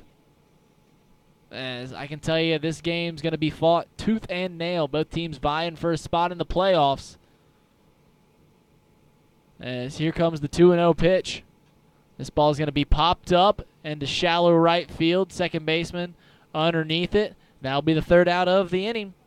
So we're going to head to the top of the 5th, as that was a quick inning, of course. The inning, you guys don't get to hear my voice for too long, as I'm sure none of you guys at home will be whining about that. So we're going to head to the top of the 5th inning. Joe's winning 4-1. Zach Verdea beyond the call. Stay tuned as you're listening to your Hamilton Joe's Network. Their friendly staff are here to help the residents of Hamilton and Butler County live the American dream. Visit allwealth.org today and see how you can hit a financial home run with Allwealth. Your AAA store has moved to a new location in Hamilton. 2870 Menards Boulevard in Fairfield Township is your new home for all your travel, insurance, and attraction ticket needs. AAA has great member deals on everything you need for a great vacation. Visit AAA today in Fairfield Township to join America's largest motor club organization or online at AAA.com. M&G Body Shop is your one-stop shop for car repair. Woman-owned and family-operated collision repair center. They can be reached at 513-851-9056 or can be found online at mgbody.com. A proud sponsor of the Hamilton Joes. Hamilton. And welcome back to Foundation Field, as Grant Williams is still on the mound for the Joes, as he's in the 5th inning now, and the Joes are leading 4-1. Chris Jordan will lead it off for the Graders, as he, in his first at-bat, walked and reached second base, but was left on base, as that one is just launched over Grant Williams' head after the called strike. So most of these teams have their name, similar to how it is in the MLB, associated with their city, like Hamilton Joes, Joe Nuxall, and whatnot. I wonder where the Graders get their nickname So I might look I that believe up. it's a Do you know what a farming grader- equipment. if Oh, I'm not okay. mistaken. Okay. I'll double check on that. That one's chopped weakly over to third base. Jared Kaufman fields it and fires over to first base. So the Joes started off hot here, 5-3 for the first out of the inning. Yeah, there's 2 teams in our league that are named after trains, though, isn't there? The Lima Locos and the Cincinnati Steam. Steam, yep. Yeah, it's a rather strange thing to have. What 1/6 of our league be named after? So Eric Wentz swings through the first pitch of the at-bat, and he's down 0-1. Yeah, I just learned what a grader was. I had no idea what the nickname even was about, as now Wentz is down 0-2. And it's going across now. A grader is a construction machine with a long blade used to create a flat surface during the grading process. So there you go. Of course, the grading process. The grading, yeah. Another grading. thing I know It's like about. using the Well, it's not like what our teachers, their grading process. yeah, no, it's very different. Some sort of curve, as the 1-2 is sent out into left field for a single. That was clever. I'll give you props Just for that. tossed it in there too. It was very organic. Just Yeah, keep Just things look it in there. flowing. We're giving props to each other. I love the positive vibes. We're feeling good Yeah. today. It only took us 2 months, but we're there. Normally it's pretty hostile because the budding rivalry between me and AJ, and 2 because Ryan's breathing down our back here. Or the assistant GM Can never feel too comfortable. No, he's right around the corner and he hears every word. Wentz breaks on the first pitch, and he'll He pulled slide off. right through the base, and he is out. As great play there by Chandler Miller to keep the tag on him, and the turf, he just kept going. Yeah, and how do you score? That's caught stealing, just a simple Absolutely, caught stealing. Okay. I didn't know. Because he had the base stolen. He did. Yeah, he was there. He He just- was definitely there. All right, so how is that any different than, say, he stole second base and just kind of like curved, and then some weird happened where they kind of thought it kind of went in the outfield, and like Justin McConnell plays it off. He steals second base and kind of turns to second base, and then McConnell just slaps the tag on him. How would you score that play? That'd be a stolen base, then a base running. that's error, still caught stealing then. Yeah. Okay, because he would have second base, but Right. I just didn't know how that would be interesting. And Grant Williams get Todd Sikowski to swing right through the 1-2 breaking ball. So despite the one-out hit, the Joes are able to capitalize on Wentz sliding right through the base and then strike out Todd Sikowski, leading this one 4-1 going to the bottom half of the inning at Foundation Field. Hamilton Eye Care Center has been in business on the west side of Hamilton for over 30 years. They see patients of all ages, from infants to seniors, and offer treatments and solutions for any kind of vision conditions. Visit Hamilton Eye Care Center across from Hamilton High School or call 513-894-1800 to schedule an appointment. Hamilton Eye Care. Come see the difference.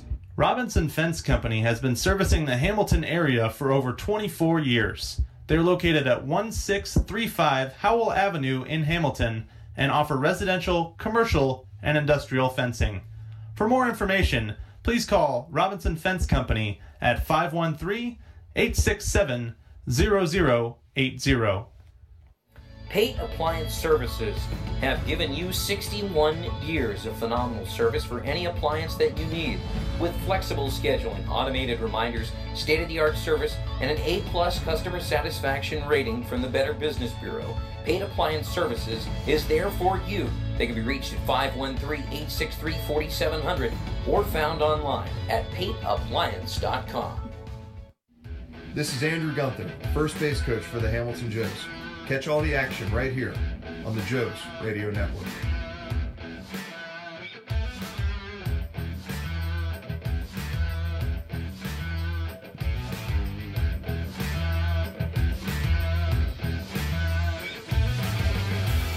And welcome back to Foundation Field, as Justin McConnell will be the one to lead it off for the Joes, followed by Griffin Dorshing and Chris Hamilton to start it off.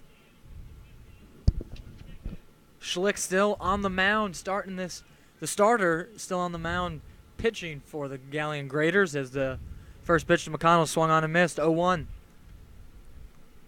McConnell's 2 for 2 on the day with a roped RBI double in the first inning, and then an infield single to keep the inning alive back in the second. That one's in there on the outside corner, breaking ball for a strike.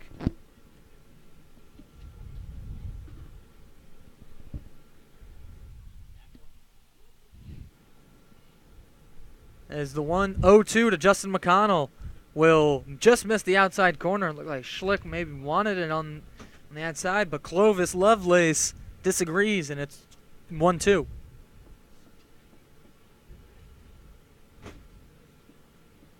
Schlick coming with the 1-2 pitch. And it'll be sent out into the left center gap.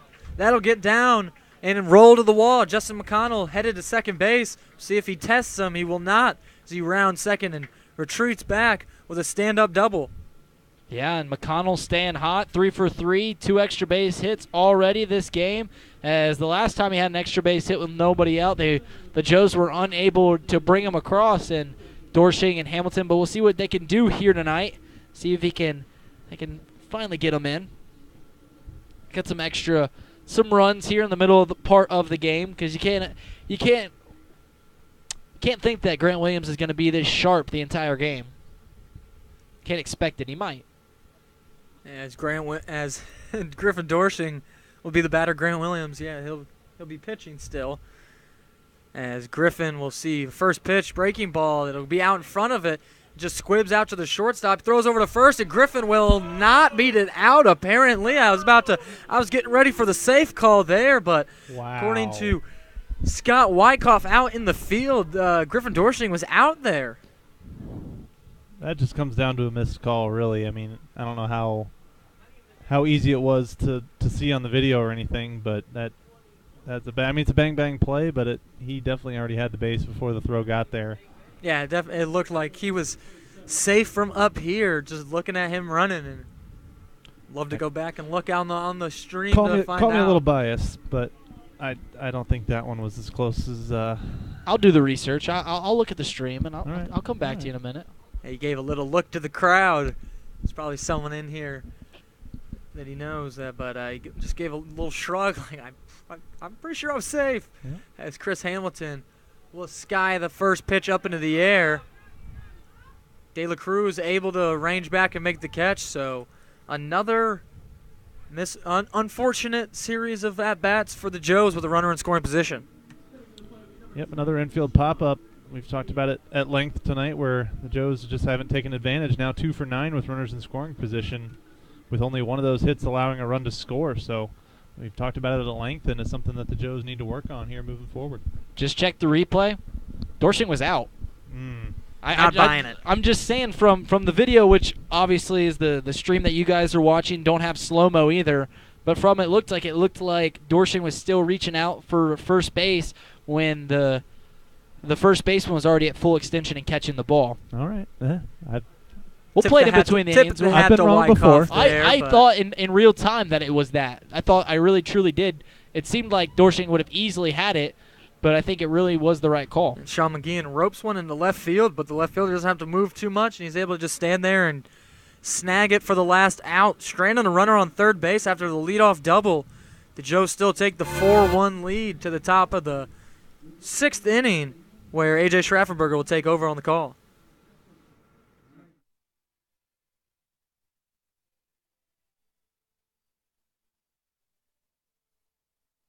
Proud Hamilton Joes sponsor Miller Coors wants to remind you, whether you're watching the Joes at Foundation Field or catching the game on YouTube, to never compromise on taste. Reach for a Miller Lite, the light beer that's always brewed for more taste with only 96 calories and brewed right here in Ohio. Miller Lite, hold true.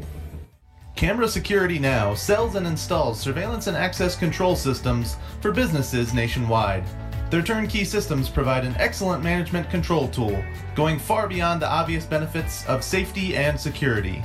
Camera Security Now can handle your largest surveillance projects while still providing easy-to-reach personal service. With their upfront pricing, itemized quotes, and live remote access with no monthly fees, you can rest assured your surveillance needs are in capable hands with CameraSecurityNow.com. At 4-Star Mechanical, they are dedicated to you and all of your different HVAC needs that you have as an owner or building engineer. They have been serving the commercial and industrial construction community for over 20 years and continue to strive for past, present, and future complete customer satisfaction. For more information, visit them on the web at 4starmechanical.com. Superior Compute. Jacob Reimel now steps into the plate. to lead off the 6th inning here for the Graders. Taps his first one foul down the line. 1 for 2 on the night. Flew out to left field in his last at bat and singled and was stranded at first back in the first inning. 0-1 pitch misses outside. 388 is Reimold hitting on the season thus far. 42 hits and 108 at bats, so definitely a guy that the Graders lean on in their lineup as this one's lifted out to right field. Tyler Thaman making his way back, and he will make the catch for the first out of the inning. So a good play by Thaman, ranging back on that one off the bat of Reimold. A well-hit ball, but not hit well enough to get over the head of Tyler Thaman for the first out of the inning. So Matthew Dietering will now step to the plate. 0 for 2 on the evening thus far. 4-hole hitter tonight. Watches the first pitch outside for ball 1. Dietering 294 on the year with 2 home runs and 5 RBI. Watches this one downstairs. 2 balls and no strikes.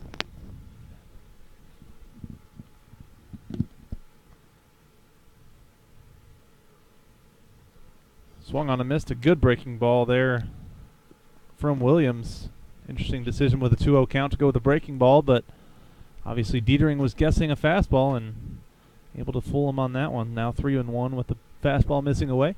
One thing that I'm loving from Grant Williams right now is just the pace that he's working at here. He's getting the ball, getting right back on the river, getting the sign, and chucking it, not taking his time. As sometimes when you're feeling, sometimes pitchers need to. Sometimes you need to take deep breaths. Some pitchers work like that, but you can tell Grant Williams feeds off the energy of a fast pace. 83 pitches thus far for Grant Williams as he throws a breaking ball that catches the outside corner and freezes Matthew Dietering for the second out of the inning. As our broadcasting partner would say, frozen pizza. Frozen pizza. That's it. That's his claim to fame right there, that little catchphrase. We mentioned yesterday, you just hear something and you just take it, and that's one that I just heard during a game, and I can't stop saying it. What's your frozen pizza of choice? I'm a Red Baron guy. Those are good. Those are good. I like to switch it up. I mean, you got to keep a rotation. I just get the dollar Totinos. Like party pizzas? Those are good. I'm a party pizza guy myself. You want to know the secret? Always put it 1 minute less than what it tells you to. If you like it soft. Oh yeah, I do like it soft. If you like it a little harder, then put it in. Put it in for a little longer. Got to keep it in the oven. 1-1 pitch. Upcoming from Grant Williams to Juan De La Cruz. I don't know what you guys are giggling at. Catcher tonight. Fouls this one off down the first base line, bringing the count to 1-2. I just found this pizza. It doesn't have regular crust. It has cauliflower crust. It's it's supposed to be really San Francisco healthy. Pizza? Yeah, I think so. Costco. Is like it's got cheddar and broccoli, like it's a cheddar broccoli pizza. That's San Francisco style. I don't know. This one doesn't have those ingredients on it, but it's just the crust is cauliflower. I don't know. It's good stuff though. What's your guys' pizza style of choice? You guys like New York style, the thin, big pieces? Do you like the Chicago style, deep dish, sauce on top? What are you guys going with?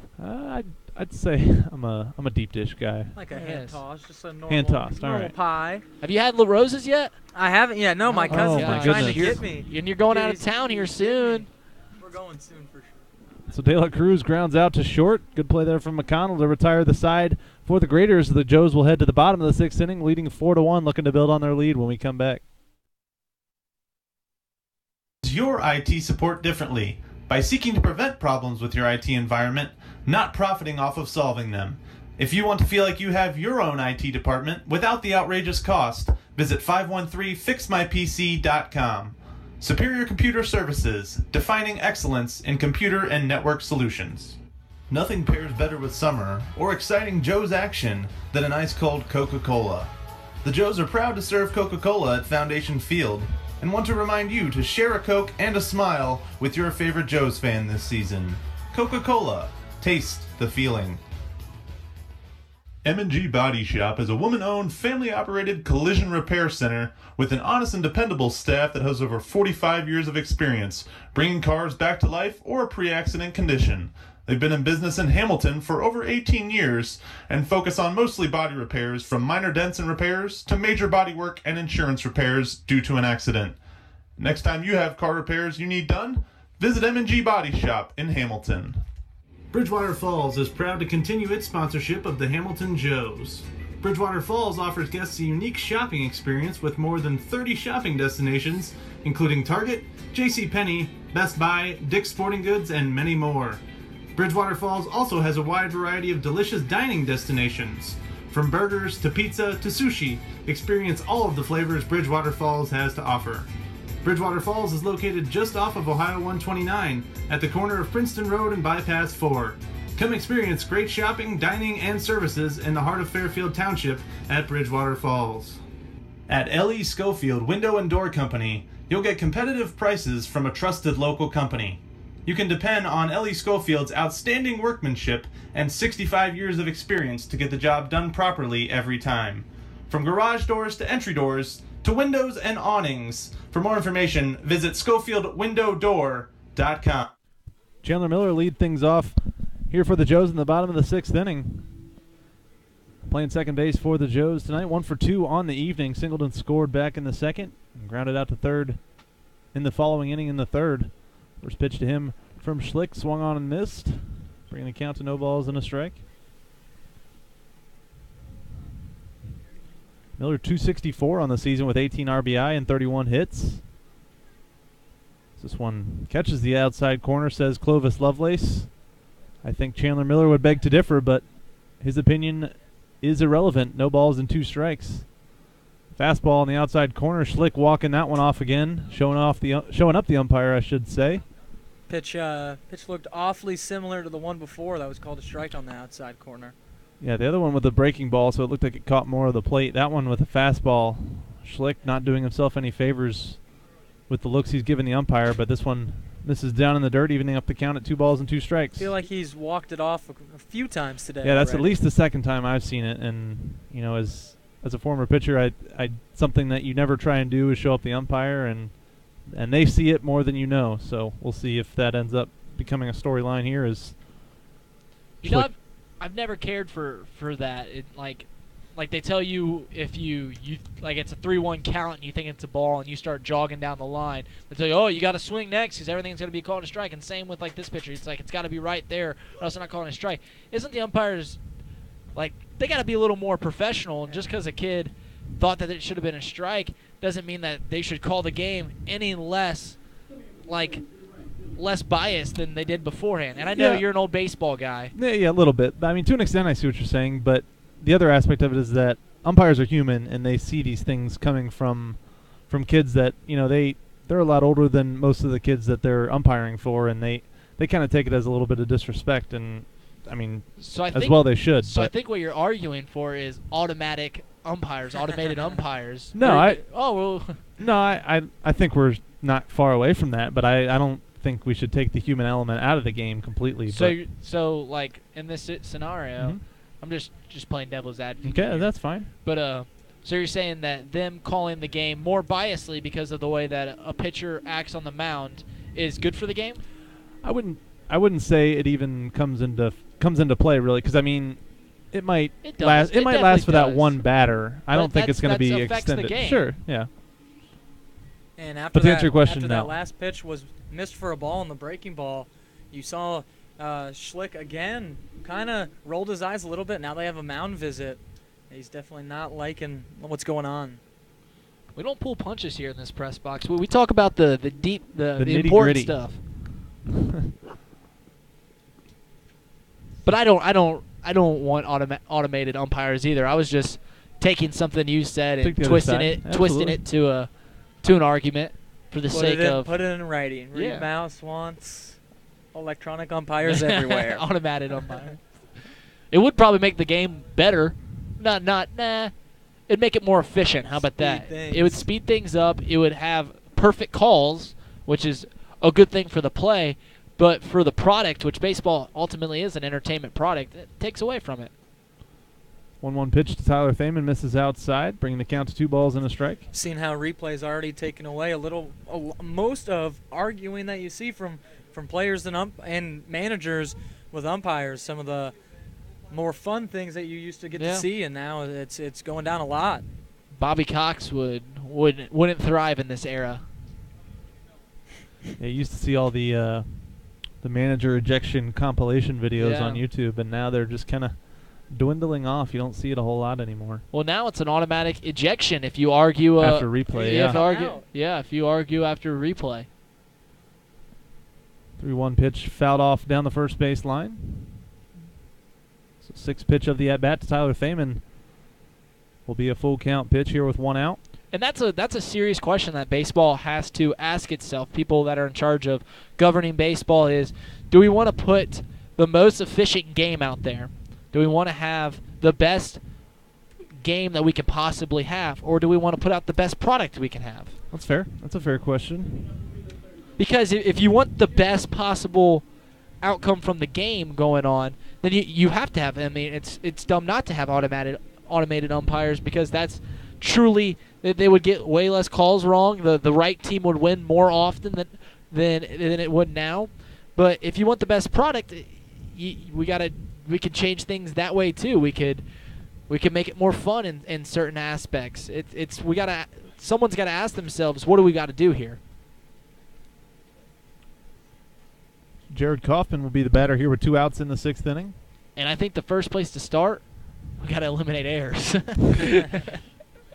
You would call that the first place to start. No doubt about it. I don't know. I think I read too deeply into Brian Kenny's Ahead of the Curve. Or I watched too much MLB Network. Been brainwashed. I think you may have been just a little bit brainwashed. I would tend to agree. By BK from Levittown. 0-2 pitch is straight back to the screen. Not a competitive pitch there from Schlick, but he's still ahead 1 ball and 2 strikes. Here in his 6th inning of work. 91 pitches on the evening for Schlick, and we do see a little bit of activity down in the Graders bullpen. Get you some more information on who that might be here in a moment. 2 balls and 2 strikes now on Jared Kaufman. Yeah, it looks like number 22, Max Spears, Heidelberg College sophomore, big right-hander. D3 guy. Love it. Heidelberg. The Berg. 2-2 pitch, tapped foul towards the Joes dugout. And we'll do 2-2 all over again. Trevor Atkins from the Joes goes to Heidelberg. Goes to the Berg. Oh, he doesn't play anymore. That's right. Still on the roster. People come and go. It is a busy roster in summer ball as this one scoots back to the plate. Or behind the plate, I should say. Bringing the count to 3 balls and 2 strikes. You know, I was going to comment on how a lot of balls are getting past De La Cruz. But to be fair, my effort when there was nobody on, well, I guess with 2 strikes you got to be down. But when there's nobody, I used to hate when coaches would tell me to block without 2 strikes and with nobody on. It's like, what am I doing? Like I'm literally wasting my effort for no reason. 3-2 pitch, good at bat there from Jared Kaufman. He'll draw a 2-out walk here in the 6th inning. He'll bring up Marshall Rich, the 9-hole. So good job from your 8-hole now that the 9-hole is Turning up. It over. They will not have to lead off the 7th inning with the 9 batter. They'll flip it over if Marshall Rich is not able to get on base here. Yeah, the only thing I could think of, the only reason to block with nobody on and less than 2 strikes is to protect the umpire. Which, whatever. Not my job. He's wearing pads. I'm trying. Got some protection. Yeah. Another thing that irks me about baseball, umpires are allowed to wear the face mask and they don't wear a skull cap under. They just wear a baseball cap and then the skull cap, which is the worst possible combination for your brain. Be a little dangerous. Yeah, and they get hit in the mask, and then they're dazed for like 5 minutes. And it's like, if we have to wear either a hockey mask or we have to wear a skull cap, like, why don't you guys? You guys are just as much in the pit as we are. And honestly, the safest one, I think, is, in my experience, is the 2-piece old-school mask, because when you get hit in the mask just, like, flies off, or the force isn't shocking your head. Yeah, it's not going into your head. It's going out somewhere in some other direction. When you're in a hockey mask, it rings you like a football helmet, and that will daze you too. Just put a little ringing in your ears. Early onset CTE. This one's lifted out to right center field, but not going to be enough into the gap to escape the glove of Wentz, the right fielder. So the Joes, after a 2-out walk to Jared Coffin, we're going to come up empty here in the 6th inning. Reid Maus will take things over for us here in the 7th inning. Joes leading 4-1, look to hang on to this 3-run lead and hang on to the half-game lead they have for 3rd place in the South Division. We'll be right back. Hamilton Joe's Baseball is brought to you by Triangle Sign Company, a sign of quality since 1921. If your current signage isn't giving you the visibility to attract interest and assist in getting people in your door, then it's time for a custom sign solution from Triangle Sign Company. Whether you're a big or small business, school, or organization, they will design and build a sign that is just right for you. Offering their support for the Hamilton Joes, we thank Triangle Sign Company for their continued support. Pfefferly Tire and Auto Service has 3 convenient locations, servicing Hamilton, Fairfield, and all of Butler County. Pfefferly Tire and Auto Service is family owned and operated and have been in business since 1994. Whether it's a quick oil change you need or full service auto repair, Pfefferly Tire and Auto is the place to go. They have 2 locations in downtown Fairfield and 1 on the west side of Hamilton. For more information, visit them at one of their 3 locations or visit pftire.com. Pate Appliance Services have given you 61 years of phenomenal service for any appliance that you need. With flexible scheduling, automated reminders, state-of-the-art service, and an A-plus customer satisfaction rating from the Better Business Bureau, Pate Appliance Services is there for you. They can be reached at 513-863-4700 or found online at pateappliance.com. The Hamilton We are back here at the top of the 7th inning. Score is 4-1 as the Joeys, Grant Williams, back out there for his 7th inning of work. He'll be facing off against none other than Mike Rodriguez. Rodriguez 1 for 2, double down the line and a pop out to center field. Put good wood on the ball twice. See what he can do here in the top of the 7th as the first pitch misses outside. 1-0 the count. It'd be huge for Grant to go 7 innings here for the Joes. He's gone 6 strong. It'd be big just to let that bullpen rest a little more, and just with the big games coming up, you might need something tomorrow at the Steam games. If you win these 2 games, it won't matter as much, but you still need that bullpen going into the wild card game and beyond. 1-1 is going to be chopped over to Chandler Miller, thrown over to Hamilton. 1 gone here. So now coming up to plate will be the son of the pizza empire, Vince Donato, over 2 on the day. Son of Tony Donato. Yeah, that's just me taking a stereotypical Italian name. Running with it. So Donato grounded out to Williams and popped into center field. First pitch missing upstairs. 1-0 the count.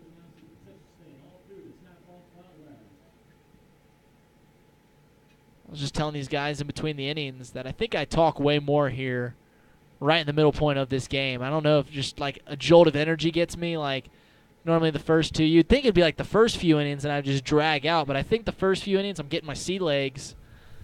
And then the motor mouth. So you're saying there's innings that you don't talk a lot? Yeah, I guess you're right.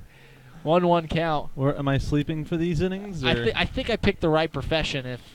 Though. Need a lot of attention. I need people to hear me talk. Here comes the 1-1. As this pitch misses outside. You know, at least I own up to it. I'm not going to shy behind it and be like, I don't talk too much. I'll be like, yeah, you get me rolling, I won't shut up. Our 19 close friends here might agree with me or you. It just depends on the perspective, I guess. How long they've been listening. I think if anyone, Zach has the deepest claim. He spent 3 hours in a booth with me 6 days a week for 7 weeks now. Give or take a few days, but here comes the 3-1 from Grant Williams. This ball will be popped. It will be in play. They'll give chase, but it will stay foul. So the count will go to full. 3 fielders converging on that, but none can get there in time. Chris Hamilton and Tyler Thaman the closest, but Chandler Miller also came to the party. Never one to be left out. So full count here for Vince Donato, the designated hitter today.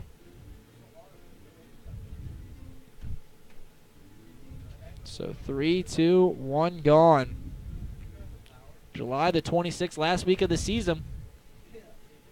Here comes the first pitch from GW. This pitch will be inside, so a walk here with 2 outs. Didn't miss by a whole lot. 1 out, apologize. Didn't miss by a whole lot, as now coming up to place will be Seamus Keneally. So 1 on, 1 out. And the most Irish name we've seen this entire season, Seamus Keneally, coming up to the plate. He's Zach Verdea's favorite player on the Graders, as the first pitch misses upstairs. 1-0 the count.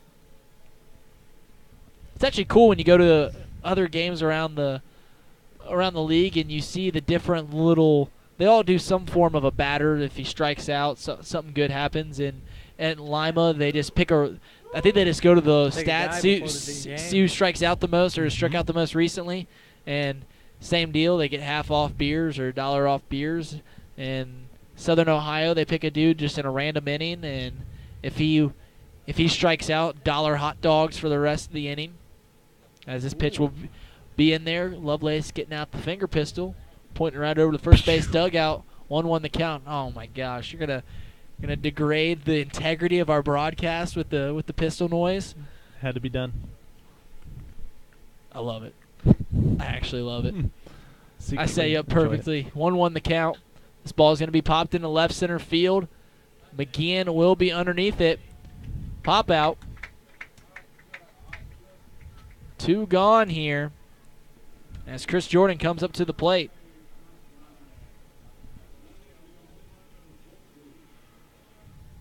As the call from, was that Joe? No, it's Harry Carey. Oh, it's Harry Carey. Yep. I was going to do a horrible Harry Carey impression. Or not a Harry Carey impression, but an impression of Will Ferrell's Harry Carey. Oh, that's the best Harry Carey ever. So not the real thing, as the first pitch is in there for a called strike. Hi. That's actually a pretty obscure, like, that was part of his audition tape to be on SNL. I don't know if you've seen that video. Yep. But is it the one where he's interviewing the astrophysicist or whatever? Yeah, so the 0-1's in there hysterical. for a strike. But, so that's part of his, like, his demo tape to be on SNL. And, like, not many people had to know who Harry Carey was before that. Like, he had to just be in Chicago one day and just listening to the game and said, I can do a pretty embarrassing version. Is this? The 0-2 is going to be fouled down the right field line. Thaman's going to make the play for the 3rd out. Had to go a long way for that absolutely one. on Yes, his he horse. did. As he's a pretty good outfitter. That's been the theme all season long, but we're going to head to the bottom of the 7th inning. Williams still cruising. Joe's still cruising. They're up 4-1. Stay tuned as you're listening to your Hamilton Joe's Network. Hamilton Joe's are proud to partner with Planet Fitness, home of the Judgment Free Zone. You can experience the Judgment Free Zone by joining for only $10 a month. You can join in any of the 13 Cincinnati area Planet Fitness locations or online at planetfitness.com. Planet Fitness, the world judges, we don't. In its 70th year of operation, All Wealth Federal Credit Union is proud to partner with Hamilton's hometown baseball team. All Wealth is Hamilton's only homegrown credit union, ready to assist with all of your financial needs. Their friendly staff are here to help the residents of Hamilton and Butler County live the American dream. Visit allwealth.org today and see how you can hit a financial home run with All Wealth. The Hamilton Joes play ball on the banks of the Miami River, but the Great Miami Crew Rowing Squad is happy to sponsor the Hamilton Joes during the Great Lakes Summer Collegiate League baseball season. Your AAA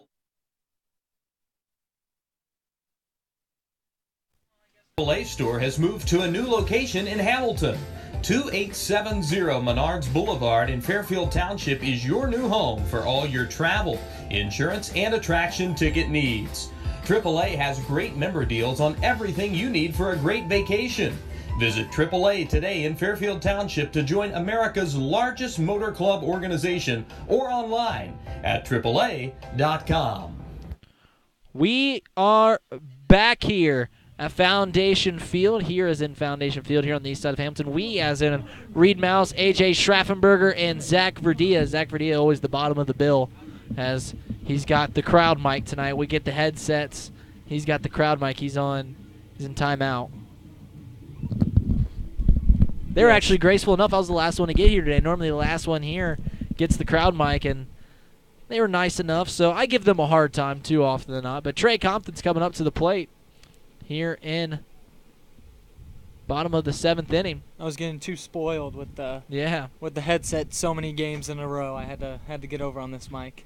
First pitch in there for a called strike. I'm looking at my scorecard, and I just missed the 5th inning.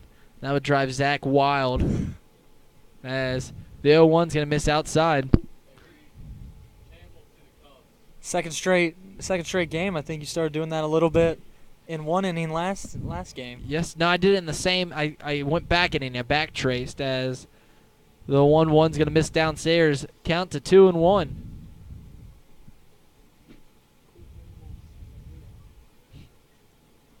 So here comes the pitch. Schlick's not done a bad job out there today. Surprised they haven't gone to the pen yet here late, but so here comes the 3-1. This ball's going to be singled into right field, as the right fielder looked like he was gearing up for a 9-3 putout. That might be one of the most fun plays in baseball. It definitely is. Remember the old 7-3 putout? I forget who it was. I can't remember. I'm going to own up. I've been out on an 8-3 putout. An 8-3. Wow. One thing I've never claimed to be is fast, and I hit a ball pretty decently hard into center field, and I was gunned from by 5 feet too. It wasn't that close of a play. It was one of the most embarrassing things. It was I was 15, but yeah. So that was pitch 101 for Schlick, and that's going to end his evening. Yeah, so we're going to have a new arm to tell you about when we come back, but we are going to take a short break here, so you get to listen to AJ's lovely voice on the commercials. Stay tuned as you're listening to your Hamilton Joes Network.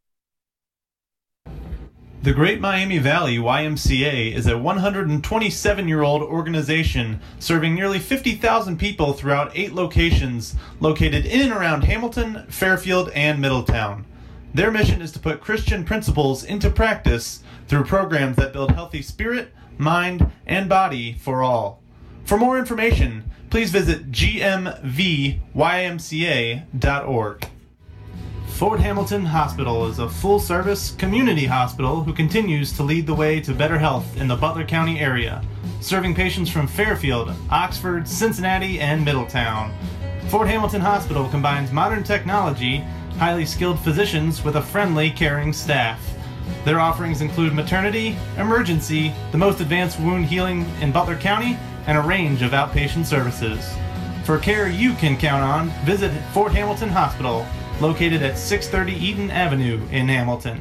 At TriHealth Orthopedic and Sports Medicine, they know that in Cincinnati, sports isn't just a way of life, it is life. That's why the Hamilton Joes trust TriHealth to train and care for their players. TriHealth aims to ensure you don't miss out on a single moment. They provide care Cincinnatians need to keep doing what they love. So get out there and keep cheering, keep playing, keep following your passion with TriHealth Orthopedics and Sports Medicine. For over 40 years, the Moats Group has been committed to leaving a lasting legacy with every field they create. They are synthetic and natural turf specialists, focusing on sports field design, construction, removal, replacement, maintenance, and management. Moats has made their name designing innovative and comprehensive, performance-based sports field systems tailored to their customers' specific needs. They build fields from inception to completion with pride, dignity, and the utmost integrity. For more information, please visit Richards P. We are back here at Foundation Field. Justin McConnell up at the plate here in the bottom of the 7th inning. Man, it's a nice day once again. We fought through a few innings of drizzle, as McConnell's going to lay down a bunt, and it looks good. Pitcher's going to pick it up. He's going to slide and almost throw it into right field, but first baseman comes off the bag.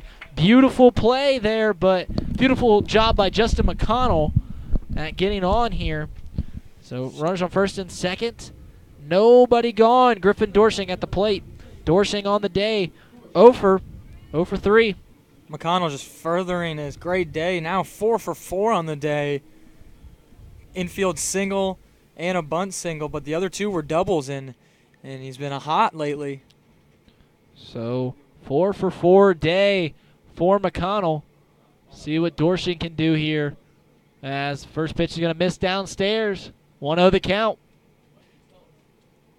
Good crowd here at Foundation Field. As here comes the 1-0 pitch.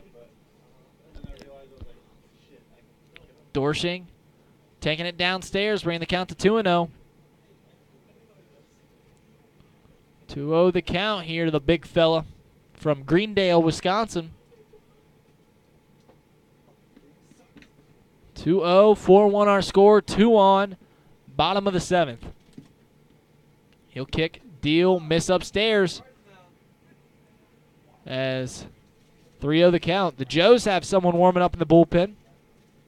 If I'm not mistaken, is that Cheatwood? Looks like Cheatwood out there. Cheatwood. 3-0 Johnny Cheese. Johnny Cheat. As the 3-0 gets a 3-0 hack from Dorsing. As he just fans at that one. 3-1 now the count. See what he can do here on 3-1. With the Joes sending out there Maddock in relief, McLean in relief, and Connor Bell in relief, it'll be interesting to see, who they go with. I know Cheatwood hasn't pitched in a couple days. Yeah, I mentioned it last night that with, what was it, a 3 or 4 run game? 3-run game there against the Scouts, that they went with Connor Bell on back-to-back days, and you got to take wins when they happen, so you can't fault that. But, I mean, definitely some coaches around the league would have maybe done something differently just to save Connor Bell. As the 3-2 is going to be swung on and missed. Pitch upstairs would have been ball 4, but instead it's strike 3.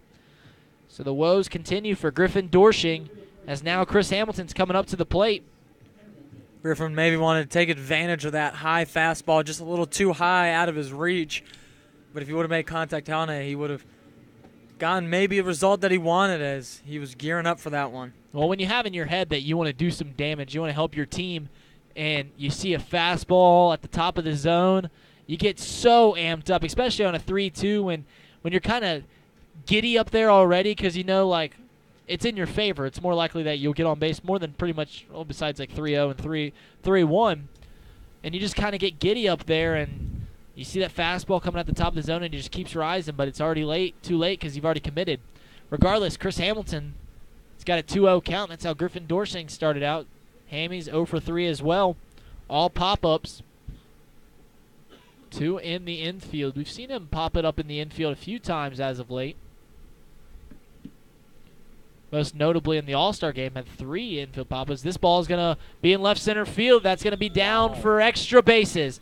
Compton will score. They'll send around McConnell. We'll see if Chris Hamilton's going to go for third, and he will. There'll be a play out there, but the relay is just going to overthrow the first guy, and the second baseman's going to get it in. As that's a 2 RBI triple by Chris Hamilton. So on the day, the 3-4 have not been very good with runners in scoring position. But Chris Hamilton comes through clutch there, making this a 6-1 ball game. And now you can feel the breath, just giving everyone a nice breather, relief. As a 4-1 lead, certainly good, especially with how these pitchers have been thrown. But now you can send Grant Williams out there possibly for an 8th inning, let him keep cruising. Yeah, never gonna pitches he's at, but yeah, never gonna deny the cushion as McGeehan gets hit on the pitch that got away there. But another RBI triple for Chris Hamilton, back-to-back games now. Been on fire. Even though he was 0 for 3 coming into the day, he shot that one into the gap and didn't think twice the whole time, was thinking third. So first and third, still just 1 out. Sean McGeehan getting hit again. Been a magnet. Yes, he has. So here comes Miller. Struck out his last at-bat. It's 1 for 3 on the day. As Lovelace gets out the finger pistols. There it is. It's like playing with a toy. You just got to pull the string. Exactly. And I got it. The triple from Hamilton closes the book on Schlick. 6 innings pitched, 9 hits, 5 runs, all of them earned. just one walk and only 2 strikeouts in the home run he gave up to Tyler Thaman in the 28 batters he faced tonight. How many pitches is Grant Williams at, if you can check? Give me one moment, and I will have a number for you. So here comes the 0-2 pitch. This pitch is going to go over De La Cruz. Run will score, and McGinn will go out to second base. So the pitcher didn't even come home, which let Chris Hamilton just waltz on home. And now it's a 7-1 ball game here in the 7th inning. It's an ideal inning for the Joes late in this game, going the last 3 innings so big, and they were leading this game by just the 3 runs, and now 5 as I think 6 is it 7-1? Yeah, scoreboard fooling me there, but got 7, take away 1, 6. It was fooling you. We're slow on the trigger out there as Miller's going to go down swinging. It's 2 strikeouts for him on the day. But now there's going to be a runner on second base, and Sean McGinn, probably him and McConnell, quickest on the team. Tyler Thaman up at the plate. He's 1 for 2. Sacrifice bunt, a strikeout, and a bomb. And the only at-bat he's had when I called the game, called his at-bats, went deep. Just saying. Just saying. Just throwing that out there. Not superstitious, but One of the count. He's got to slip in that. He laid down a beautiful sacrifice bunt that came around to score later. That was when you were calling. Back in the 2nd inning. Yeah, just had to slip it in there. You know, I'll let you have it. Normally I'd say something as this ball's going to be chopped over shortstop. Going to be a tough play. Thaman will not be there in time. Scott Wyckoff makes the right call there, but that will be the 3rd out of the inning. The Joes strike for 3, as that'll be the last inning for my play-by-play, as we're going to send it on over to Zach Verdea in the 8th. Stay tuned as you're listening to your Hamilton Joes Network. Pizza is one of Hamilton, Ohio's most favorite spots, bringing you Richard's famous steak sandwiches since 1955, and a proud supporter of your hometown Hamilton Joes. Whether it's pizzas, salads, pastas, or a little bit of fudge for dessert, Richard's Pizza has it all for you and your family. Proud Hamilton Joes sponsor Miller Coors wants to remind you, whether you're watching the Joes at Foundation Field or catching the game on YouTube, to never compromise on taste. Reach for a Miller Lite, the light beer that's always brewed for more taste with only 96 calories and brewed right here in Ohio. Miller Lite, hold true. In its 70th year of operation, All Wealth Federal Credit Union is proud to partner with Hamilton's hometown baseball team. All Wealth is Hamilton's only homegrown credit union, ready to assist with all of your financial needs. Their friendly staff are here to help the residents of Hamilton and Butler County live the American dream. Visit allwealth.org today and see how you can hit a financial home run with All Wealth. M&G Body Shop is a woman-owned, family-operated collision repair center with an honest and dependable staff that has over 45 years of experience, bringing cars back to life or pre-accident condition. They've been in business in Hamilton for over 18 years and focus on mostly body repairs, from minor dents and repairs to major body work and insurance repairs due to an accident.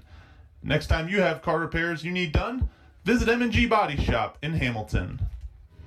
Fort Hamilton Hospital is a full-service community hospital who continues to lead the way to better health in the Butler County area, serving patients from Fairfield, Oxford, Cincinnati, and Middletown.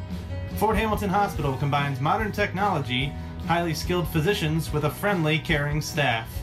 Their offerings include maternity, emergency, the most advanced wound healing in Butler County, and a range of outpatient services. For care you can count on, visit Fort Hamilton Hospital, located at 630 Eaton Avenue in Hamilton. Bridgewater Falls is proud to continue its sponsorship of the Hamilton Joes. Bridgewater Falls offers guests a unique shopping experience with more than 30 shopping destinations, including Target, JCPenney, Best Buy, Dick's Sporting Goods, and many more. Bridgewater Falls also has a wide variety of delicious dining destinations. From burgers to pizza to sushi, experience all of the flavors Bridgewater Falls.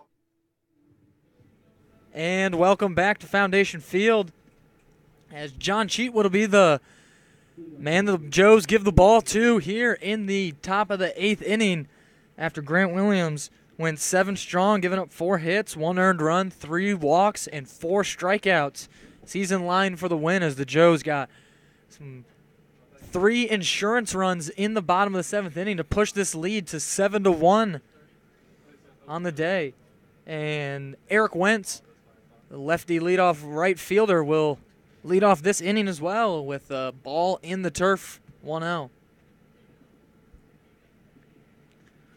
Wentz is 2 for 3 on the day. Was caught stealing back in the 5th where he stole the base and just slid right past it as that one misses low again. And 2-0 is the count to Eric Wentz.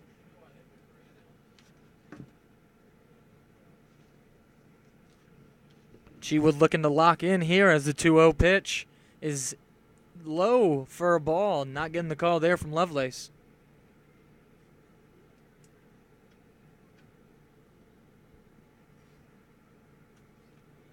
So the 3-0 pitch from the relief pitcher John Cheatwood upcoming as he's making his 3rd appearance out of the pen for the Joes so far this year. That one's in there for a strike, 3-1.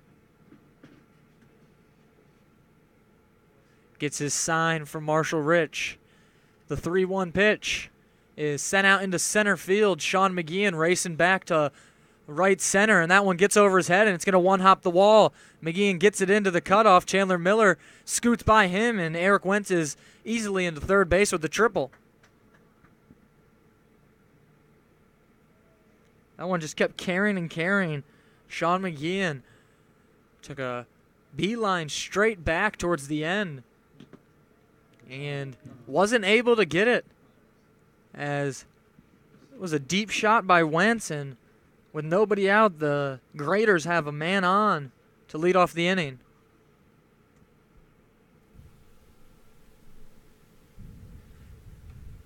Todd Sikowski will foul the first one back as he's 0 for 3 on the day with a couple of ground outs to the shortstop. And in his last at-bat in the 5th inning, he struck out. He'll be behind 0-1 quickly.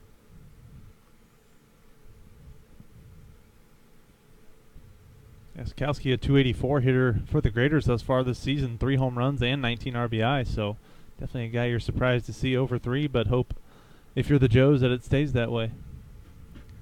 And Cheatwood misses outside on that ball, so to even it up for Sikowski.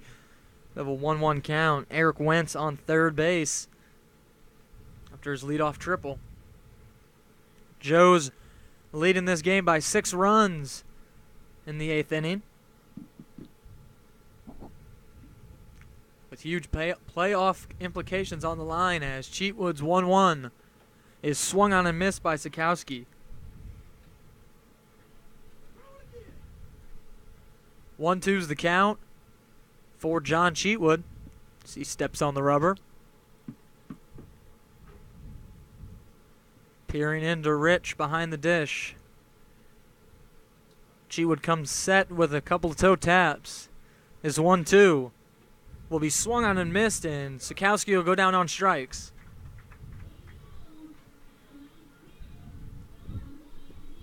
So 1 out now in the inning after the leadoff triple, and Jacob Reimold, the third baseman, will be up now. Good job by Cheatwood giving up the leadoff. Not the good job by giving up the leadoff triple, but coming right back after the triple and getting the next guy out on strikes. And he's still got a chance to keep this where it's at if he can get the weak contact or a strikeout here.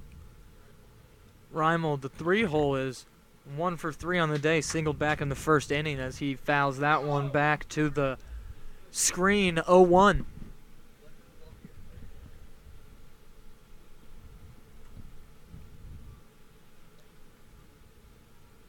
Cheatwood gets his sign from Rich as Reimold awaits the 0-1. Runner taking a couple steps off third as that one is fouled off again. As Reimold comes up in the first 2 pitches he sees, offers that, and it's 0-2.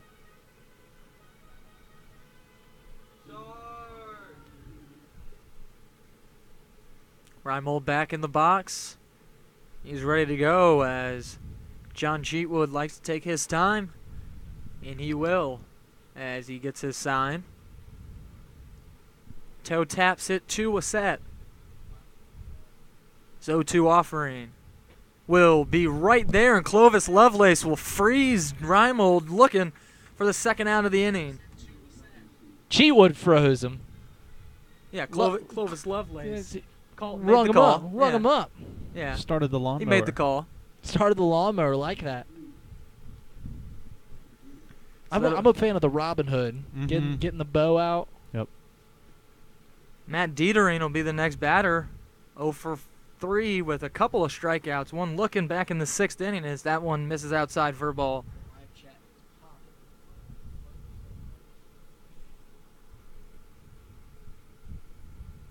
So 1-0 as Cheatwood falls behind to Dietering. Runner still on third base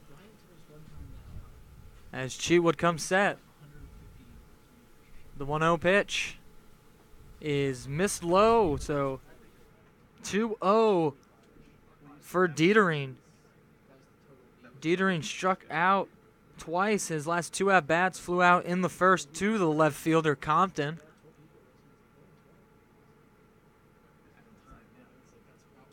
As Cheatwood comes set. The next pitch to Dietering is flared out into shallow left center. We'll see if Trey Compton can come in on it, and he won't as it lands in between Compton and McConnell. So Matt Dietering with 2 outs, able to flare one in there for an RBI. Yeah, it's just really unfortunate for Cheatwood. Giving up the leadoff triple, back-to-back strikeouts look really sharp, and even there getting weak contact, but that's the game we call baseball.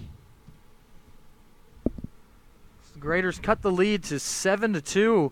Joe's leading it by 5 now, as there's 2 outs in the inning and the runner on first base, and Dietering will bring up Juan De La Cruz. Juan De La Cruz is 0 for 2. A couple of ground outs to McConnell and a walk back in the 2nd inning, which he came around to score in.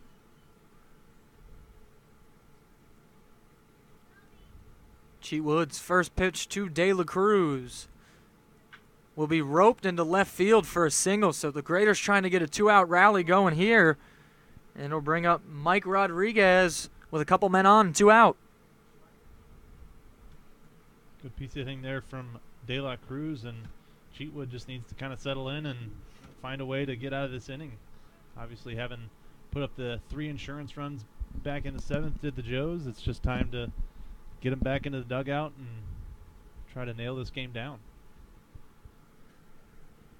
Rodriguez is 1 for 3 on the day, doubled back in the 2nd inning in a big spot as 2 men on now for Cheatwood and 2 out as the first one is fouled back, 0-1.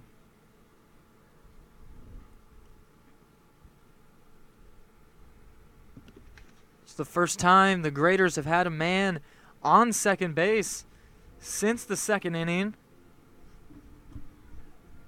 Well, they had one. They have Matt. Yeah, they have Matt Dietering on second base now. So yeah, first one since the 2nd inning. Got confused by the current inning, but the closest they were Eric Wentz back in the 5th, stole second base, but slid too far and was tagged out by Chandler Miller. Other than that, the Graders have not been threatening. So now Cheatwood's getting his 0-1 sign. Comes set and takes a peek at Dietering at second base. And kicks and deals as the 0-1 misses inside, 1-1.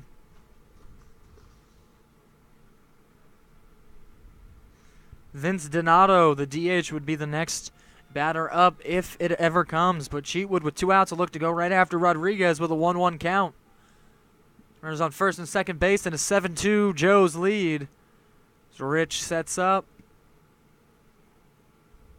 Cheatwood deals, and that one swung on and missed. So Cheatwood ahead of Rodriguez now, 1-2.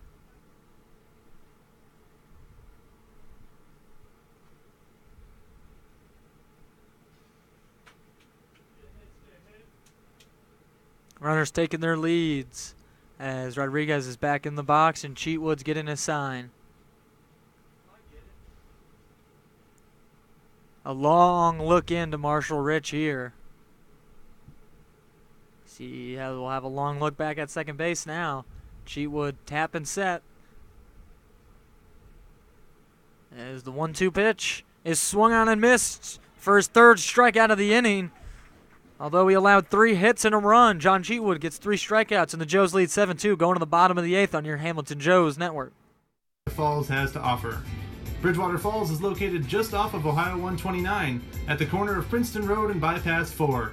Come experience great shopping, dining, and services in the heart of Fairfield Township at Bridgewater Falls. Pfefferly Tire and Auto Service has 3 convenient locations, servicing Hamilton, Fairfield, and all of Butler County.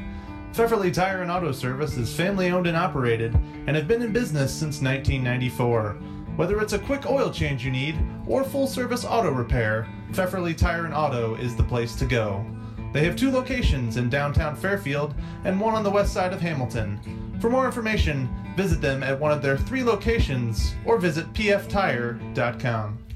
The Great Miami Valley YMCA is a 127-year-old organization serving nearly 50,000 people throughout 8 locations located in and around Hamilton, Fairfield, and Middletown.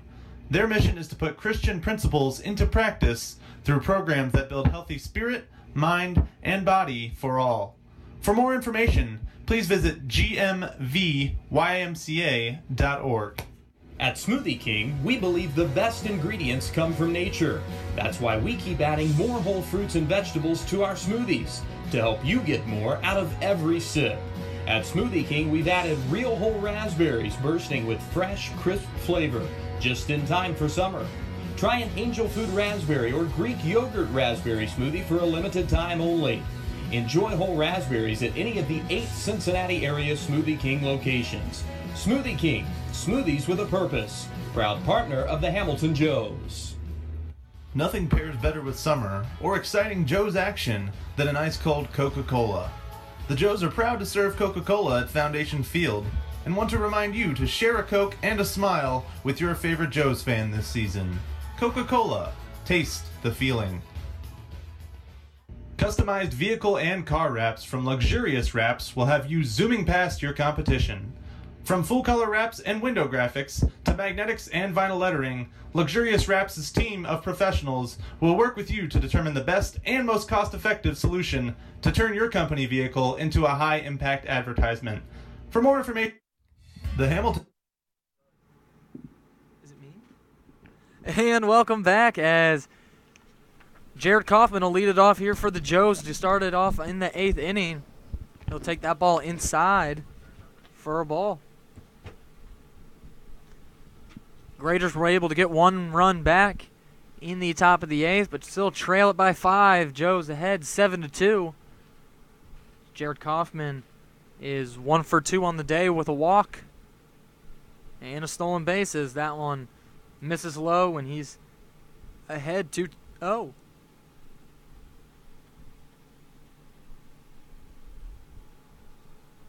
The 2-0 pitch is swung on and missed. It's Jared Kaufman trying to take advantage of a good hitter's count there, but he's still ahead 2-1. Where do we put our names in the hat for best broadcasting team of the GLSCL? Too many. That one swung on and missed too, but it needs an acronym that you can pronounce. It needs a vowel in the middle, so it can be like the GLSCL. The GLSCL? Glishal. There already is one. Just takes some creative pronunciation, I guess we'll call it. Yeah, we're just throwing vowels in there like it's no one's business. Kaufman takes that one high, and it'll be full count now. Kaufman's batting 8 today with Marshall Rich batting 9 on deck. A flip over to the top of the lineup after that as the full count pitch is fouled off by Kaufman, and he'll battle. Looks like the Joes have Will McLean warming up in the bullpen. They want to bring him on for the 9th and let Cheatwood finish it out. With a 5-run lead, it's not McLean too threw yesterday, correct? high leverage of a situation. He did. He threw 1 inning and got a 3-up, 3-down. It'll be a good rest for Maddock and Connor Bell. Hopefully we won't have to use them. Second full count offering to Jared Kaufman's rip towards third base. Good sliding play there and throw over to first base by Jacob Reimold. So the first out of the inning. It's a good play defensively by the Graders. Yeah, what's been caught up in the rigmarole of the 7-2 ball game is how well Reimold's played defensively over there at third base. He's made play after play. Every single time they've called on him, he's made a good play. And they've not all been easy. They've not all been candy hops right to him. Going to bring up Marshall Rich here in the bottom of the 8th inning with 1 out. Let's get off the Schneid. Come on, Marsh. Looking to get off that Schneid as he takes ball 1 high. What is a Schneid? No idea. Something Not you a don't clue. want to be on. He drove one into right center and just hung up a little bit in his last at-bat. And he'll send it out into center field here, and Look that'll at get that. down and land. So Marshall Rich will be busting it to second base, and with some good hustle, Marshall Rich is aboard second base with a 1-out double. That's a good job as getting on second base right there on the hustle. It was almost a very similar play than we saw Caleb Beater a few days ago, which would have just rehashed that conversation. Yeah, and that one was in shallow center field, just dropped in. Marshall Rich never hesitated, and we mentioned before he does have some speed, and he showed it off there as he slid in safely. All right, next level research department here. No. Get off the Schneid means to break a scoreless streak. Obviously, that part we know. Yeah. But we know English. this one fouled down the line, not going to be caught down there. So Schneid possibly comes from the German/Yiddish Schneider, which means one who cuts cloth, or a tailor. Now, German and You got to Yiddish. get off the Taylor. German and Yiddish, those are like two different things. Very different things. Yeah, yes. those. Yiddish is a kind of Hebrew, right? Like it's a mix of Hebrew and something else. Yeah. But It was popularized in sports commentary on television by Chris Berman. Berman. As that one's in the dirt, Correa does a good job. The new catcher in for the Graders of blocking it, but Marshall Rich taking advantage, seeing it, and taking off for third base. Yeah, so Marshall Rich has single-handedly put himself in scoring position. All he needs is a non-strikeout from Compton. With 1 out and a 1-1 count, Trey Compton will have a good chance to do that as he's 3 for 4 on the day. Already has an RBI and 3 singles. The 2-1 pitch upcoming will not be close as Compton ducks there, and he's ahead 3-1.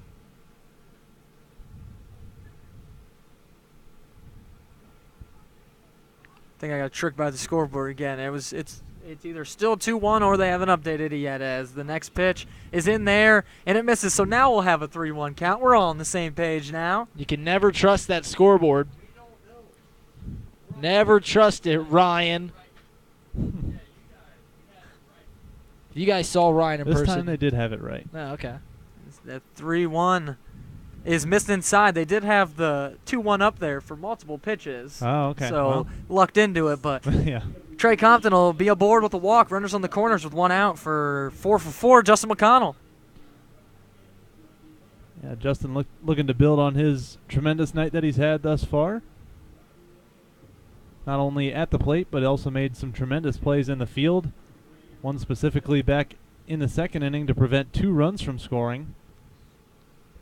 He has 2 doubles on the day and his 4 hits and an RBI, and he'll have a chance for another one with 1 out and runners on the corners as he takes ball 1 outside on the breaking ball.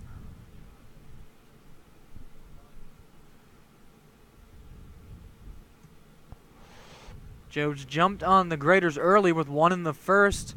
Graders tied it back in the second, and Joe's haven't looked back since. Scored 2 in the second to take the lead, and now lead 7-2 as that one's chopped foul down the third base line. So I'm sure I'm ahead of myself, but we're getting to the point where we at least got to talk about it, right? And, of course, if the Joes make the playoffs, it'd be a 1-game playoff against the Southern Ohio Copperheads, correct? That's how it goes?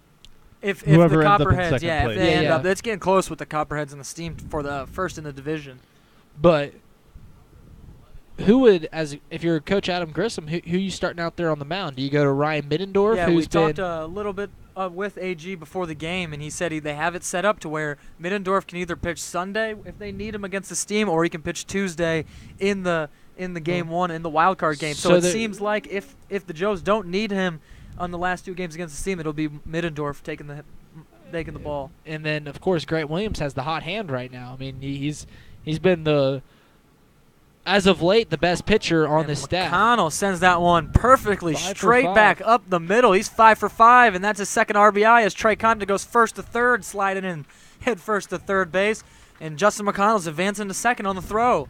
No quit on this Joe's team right now. They have a 7-2 lead, but Compton's still taking third base there, and a normal team, a normal guy would just waltz his way into second base on the single. He hustles all the way around, and another run comes in, and McConnell 5 for 5. What about that? I mean, that's got to raise his average up over 300, correct? I think it would. Coming into the game, he was hitting 299. Yeah. So those 5 hits, you got to help for at least something. a 310 maybe. Yeah, he'll be on second base, and Trey Compton on third for Griffin Dorshing, and he'll take strike one to start this at-bat. Yeah. So 0-1 now to Dorshing.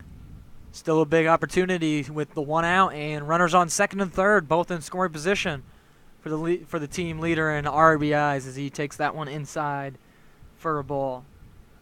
Griffin Dorshing's 5th in the league in runs created. He's up there in RBIs as well, as you'd imagine, with his home run output. As McConnell's average has been raised by from 24 299 points. to 324. 325 points. 25 as points. that one is taken low and Man, outside bad for a foul. ball. 2-1. Yeah, threw me off a little bit there at first. Yeah. But he's climbing for the all-star shortstop for the Hamilton Joes. As Griffin Dorshing awaits the 2-1 pitch. And he'll watch it low for a ball, and he'll have an even better count here, 3-1.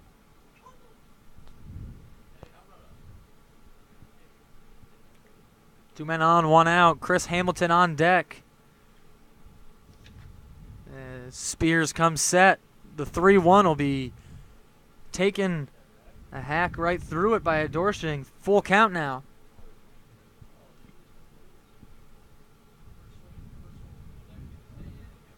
Spears gets his sign from Correa. Comes set on the full count offering. Dorshing will rip it foul down the third base line. And I think this is a big at-bat, not just because there's more runs on the board or more runs on the base pass.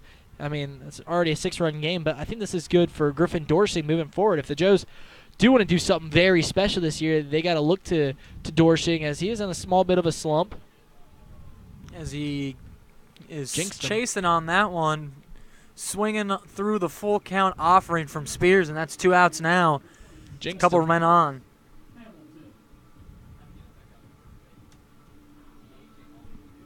Chris Hamilton, 1 for 4 on the day, but that one was a huge at-bat back in the 7th inning where he had a 2 RBI triple to the left center. Looked to do something along the same lines as he jumps on the first pitch out to right center field. That one's carrying. Center fielder back on the track, and he makes the play one step away from the wall. Chris Hamilton put a good drive into that one, but gets nothing out of it for the 3rd out of the inning. But the Joes get one back after Marshall Rich's double. He comes around to score.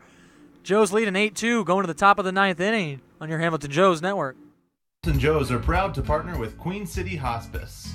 Queen City Hospice is a locally and independently owned and operated company that is dedicated to providing patient-centered care and support to residents of the greater Cincinnati area in whatever place they call home.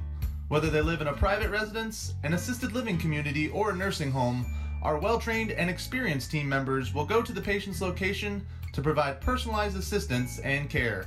For more information, visit queencityhospice.com. Richard's Pizza is one of Hamilton, Ohio's most favorite spots, bringing you Richard's famous steak sandwiches since 1955 and a proud supporter of your hometown Hamilton Joes. Whether it's pizzas, salads, pastas, or a little bit of fudge for dessert, Richard's Pizza has it all for you and your family. In its 70th year of operation, All Wealth Federal Credit Union is proud to partner with Hamilton's hometown baseball team. All Wealth is Hamilton's only homegrown credit union, ready to assist with all of your financial needs. Their friendly staff are here to help the residents of Hamilton and Butler County live the American dream. Visit allwealth.org today and see how you can hit a financial home run with All Wealth. For over 40 years, the Moats Group has been committed to leaving a lasting legacy with every field they create. They are synthetic and natural turf specialists, focusing on sports field design, construction, removal, replacement, maintenance, and management.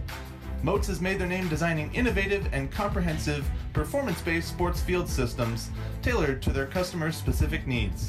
They build fields from inception to completion with pride, dignity, and the utmost integrity. For more information, please visit themoatsgroup.com. Proud sponsor of your Hamilton Joes. Last call here for the Galion Graders in the top of the 9th inning. Vince Donato, the designated hitter, will lead things off for Galion as the first pitch, breaking pitch, didn't quite break back towards the zone enough, and that's going to be ball one from John Cheatwood out there for his second inning of work.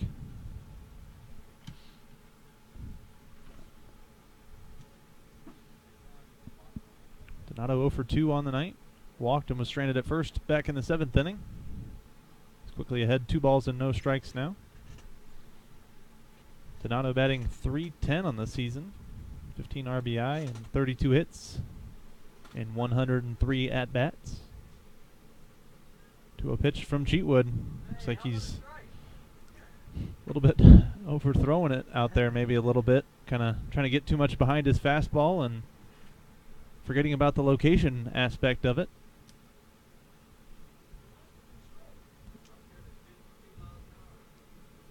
(3-0) now on Donato. Fastball this time in there for strike one. Much to the delight of the large crowd we have tonight here in Hamilton. Big playoff implications in this game tonight, and the community came out in droves to support the Joes as this one's fouled down the first base line. So You're not going to snake that by me. That was good. Come in droves to support droves? Oh, okay, droves to Joes. All right. Yeah, I like that. You're not gonna I think you snuck it by yourself. I think I did. Yeah, what do you think? 8,000, 9,000 came today? Yeah, I'd say 9.5K maybe. Realistically, a really good crowd, though. Yes, absolutely. Not everything I say has to be a joke. Yeah. Check swing didn't go around, says the home plate umpire, actually the field umpire, Scott Wyckoff, on the appeal. Says Donato did not go around, so he'll have a no-out walk. Not what you're looking for if you're the Hamilton Joes. Cheatwood out there in his second inning of work, looking to once again dodge some early trouble with a big lead. You want him to go right after these hitters as Seamus Keneally will bat for his 4th time of the evening. First pitch to him. This one crushed out into center field. Sean McGeehan not going to be able to get underneath this one as it 2 hops the wall off the Richards Pizza sign. Donato on his way around third. He'll score without a throw. So a leadoff walk and then followed it up with a double from Seamus Keneally. And the Galion Graders have cut this lead to 8-3. Yeah, no one's up in the bullpen as there's really no need to just yet. But I don't think it's too early to start that conversation of having somebody up, although I did see somebody warming up. I think it was Will McLean. Will McLean warming up during the last inning, so he might be already ready, just kind of waiting around and seeing what happens this inning, as you don't want it to get out of hand with Keneally at second, nobody out, and that'll bring up Chris Jordan now. This one's tapped to third. Kaufman up with it in plenty of time. He'll crow hop and fire on over to first. Chris Hamilton tries to get that one back over to third as Keneally makes his way to third base on the throw over to first base, but kind of bobbled in the glove. So the Joes do get the first out of the inning, but Keneally will make his way to third base, 90 feet away from scoring and cutting this lead to 4. Yeah, not much trouble there by Hamilton not being able to get that ball out and throw it over to third. It's at this point, it's a run that doesn't matter too much. Just get the out and try not to overthrow and hand him a run easily. Yeah, absolutely. Definitely made the smart decision once he had actually bobbled it. His first pitch to Eric Wentz, the top of the order now for the Graders. He's in there for strike one.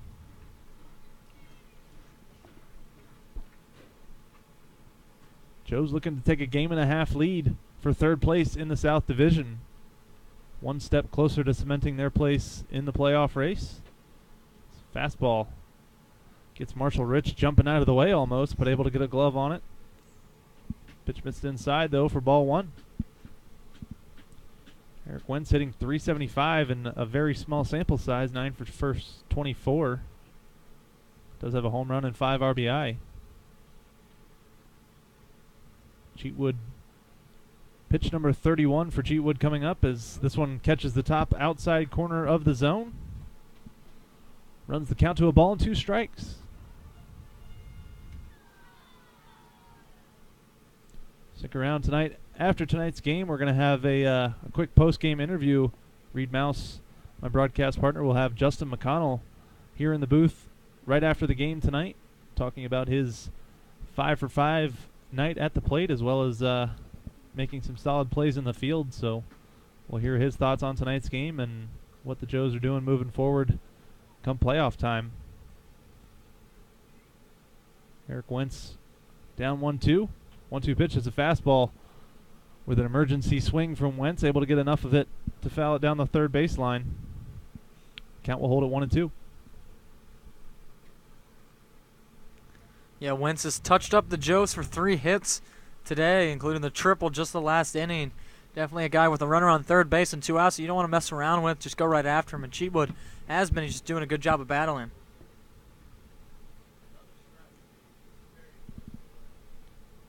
Cheatwood set at the belt. Takes his time up there, as Zach talked about earlier. As this one, another emergency swing from Wentz. Able to just get a bat on it to the third base side once again. Pitch number 6 of the at-bat will be on the way. Wentz 3-for-4 on the night. Tripled and scored in the 8th. Also has 2 singles and an RBI tonight.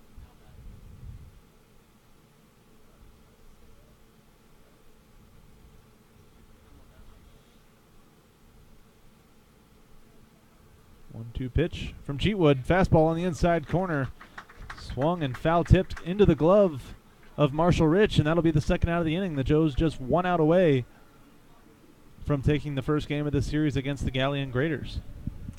We've seen Cheatwood back-to-back innings now get into a little bit of trouble, but able to work out of it a little bit. Gave up the 1 run last inning, has given up 1 run this inning, but other than that, has 4 strikeouts now, and he's been able to tame the hitters to not tack on more than they could have. Yeah, Cheatwood's been hot and cold all season long, but one thing that's been a constant is he gets a lot of swings and misses. This ball is going to be a breaking ball bouncing in the left-handed batter's box and skips away from the catcher Marshall Rich. So the wild pitch to Sikowski's will allow Keneally to score from third base, and the lead for the Joes is cut to 4. Now Cheatwood has nobody on. He can relax a little bit. Maybe that runner on third factored into the pitch there that got away from him, but he can relax. 4-run lead, nobody on, 2 outs. So let's see if he can do just that and relax. 1-0 pitch misses outside.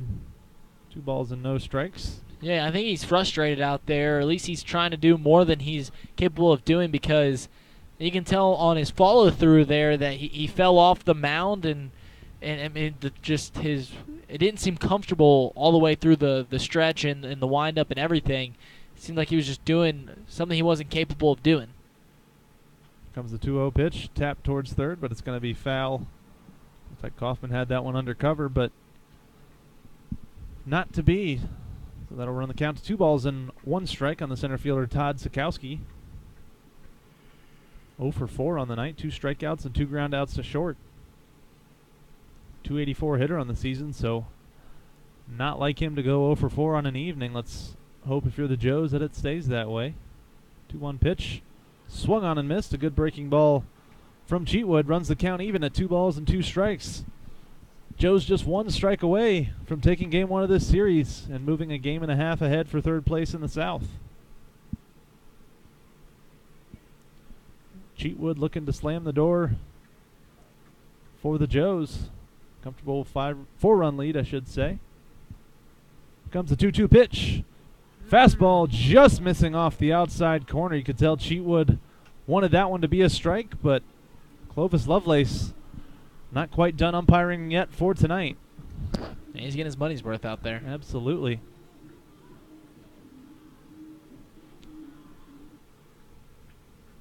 Music choice in the stadium, urging the crowd to get loud here with the 3-2 count. 2 outs.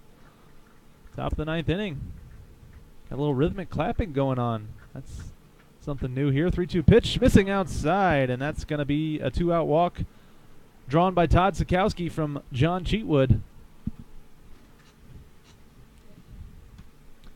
Knowing manager Adam Grissom like I think I do, I think that'll either warrant a mound visit from the pitching coach, or not with 2 outs in a 4-run game. That's true. I know he's probably frustrated right now, but I think there's thunder on the way. Don't say that. Just saying. Jacob Reimold will step to the plate now, third baseman tonight. First pitch to him, swung on and fouled down the first base line. Quickly ahead, 0-1 is John Cheatwood. 4 strikeouts in just an inning and 2/3 thus far for Cheatwood. Grant Williams had 4 strikeouts in his 7 innings of work. Different style of pitcher is Cheatwood. Definitely relies heavily on the strikeout. A lot slower, methodical pace, too. Grant Williams working very quickly. This one's tapped to McConnell at shortstop, and he'll take the easy way onto second base. And that's going to do it here tonight, as the Joes are going to take game 1 of this series by a score of 8-4. Guys, kind of a roller coaster up and down type of game, but the Joes step on the gas pedal and never look back. Yeah, it was kind of had different ebbs and flows throughout the game, and it kind of took a different pace there in the last few innings than the first 2 innings especially. But like you said, the Joes really took the lead at the beginning and never once looked back. They just kept it going. Yeah, we saw the Joes get the lead early, which we don't see too often in the first inning, 1-0, and then they were able to keep tacking on once the Graders tried to come back, but the Joes were just tacking them on, got some in the 2nd, 4th, 7th, 8th, just really spread it out, and was able to get the job done and just keep this lead now at 1.5 games. Yeah, so a big game in regards to playoff implications. As we mentioned, they take a 1.5 lead now for 3rd place in the South Division. So they take this one 8-4. We're going to have you hang around with us after a short break. We're going to have Justin McConnell in the booth after a 5-for-5 night, as well as some solid plays in the field. So hang with us. Give us a minute or two to get him up in the booth, and we'll be right back with Reid Maus interviewing Justin McConnell.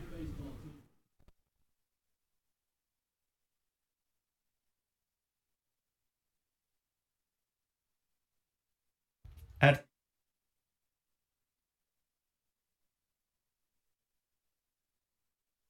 Four-Star Mechanical, they are dedicated to you and all of your different HVAC needs that you have as an owner or building engineer. They have been serving the commercial and industrial construction community for over 20 years and continue to strive for past, present, and future complete customer satisfaction.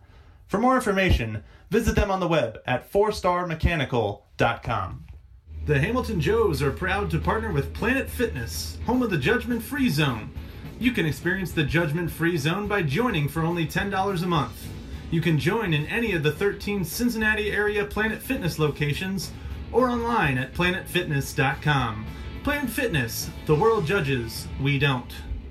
In its 70th year of operation, All Wealth Federal Credit Union is proud to partner with Hamilton's hometown baseball team. All Wealth is Hamilton's only homegrown credit union, ready to assist with all of your financial needs. Their friendly staff are here to help the residents of Hamilton and Butler County live the American dream. Visit allwealth.org today and see how you can hit a financial home run with All Wealth.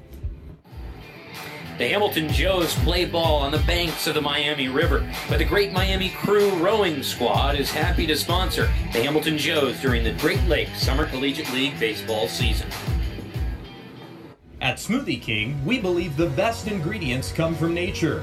That's why we keep adding more whole fruits and vegetables to our smoothies to help you get more out of every sip. At Smoothie King, we've added real whole raspberries bursting with fresh, crisp flavor, just in time for summer. Try an angel food raspberry or Greek yogurt raspberry smoothie for a limited time only. Enjoy whole raspberries at any of the 8 Cincinnati area Smoothie King locations. Smoothie King, smoothies with a purpose. Proud partner of the Hamilton Joes. For over 40 years, the Moats Group has been committed to leaving a lasting legacy with every field they create. They are synthetic and natural turf specialists, focusing on sports field design, construction, removal, replacement, maintenance, and management. Moats has made their name designing innovative and comprehensive, performance-based sports field systems tailored to their customers' specific needs. They build fields from inception to completion with pride, dignity, and the utmost integrity. For more information, please visit themoatsgroup.com. Proud sponsor of your Hamilton Joes. Proud Hamilton Joes sponsor Miller Coors wants to remind you, whether you're watching the Joes at Foundation Field or catching the game on YouTube, to never compromise on taste. Reach for a Miller Lite, the light beer that's always brewed for more taste with only 96 calories and brewed right here in Ohio. Miller Lite, hold true. Pfefferly Tire and Auto Service has 3 convenient locations, servicing Hamilton, Fairfield, and all of Butler County. Pfefferly Tire and Auto Service is family-owned and operated and have been in business since 1994. Whether it's a quick oil change you need or full-service auto repair, Pfefferly Tire and Auto is the place to go. They have 2 locations in downtown Fairfield and 1 on the west side of Hamilton. For more information, visit them at one of their 3 locations or visit pftire.com. Pate Appliance Services have given you 61 years of phenomenal service for any appliance that you need. With flexible scheduling, automated reminders, state-of-the-art service, and an A-plus customer satisfaction rating from the Better Business Bureau, Pate Appliance Services is there for you. They can be reached at 513-863-4700 or found online at pateappliance.com. M&G Body Shop is your one-stop shop for car repair. Woman-owned and family-operated collision repair center. They can be reached at 513-851-9056 or can be found online at mgbody.com. A proud sponsor of the Hamilton Joes. Hi, I'm here with Justin McConnell. He had a fantastic game. He's had a fantastic season all year, all-star for the Hamilton Joes. But, Justin, you went 5 for 5 today. When was the last time you had a 5-hit ball game? I don't think I ever have. This is the first time my for, first one ever. Yep. for McConnell, and it came through in a clutch situation, a crucial time as the Joes are fighting to get in the playoffs, playing against a team that they've got to beat. Do you normally live up to like the pressure? This is a pretty I don't know. Now, I don't want to put more pressure on myself by saying I do, but yeah, I mean, I don't know. you can own up to it. I like to live up to the moment. Yeah, and then Big definitely was a situations. moment today. 5 hits, couple RBIs, and even there in the 8th inning, you guys had a lead, and you didn't lay off the gas pedal. You kept it going. Yep.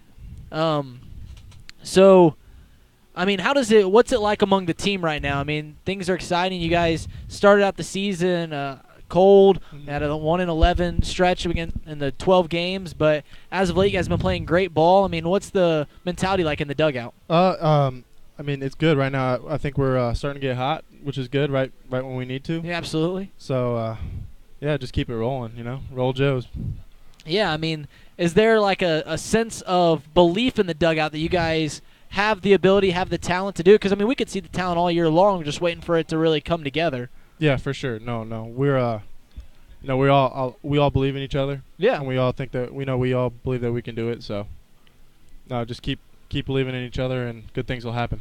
And how excited are you guys? I mean, you guys got a chance to sweep a team going into tomorrow. Got a 1.5 game lead. Yeah, it's very exciting. No, we just got to keep it going, maybe. Well, keep doing it. That's all the questions I got for you. Thanks for coming in. All right, no problem. Thank you. Thanks for having me. That does it for us here at Foundation Field. The Joes win 8-4, have a 1.5 game lead or at least a 1.5 game lead over the Galion Graders, 3rd place in the South Division. Good for a playoff spot right now, but they got to keep it going. I'm Reid Maus, joining along here with Justin McConnell and Zach Verdea and AJ Schraffenberger. We thank you.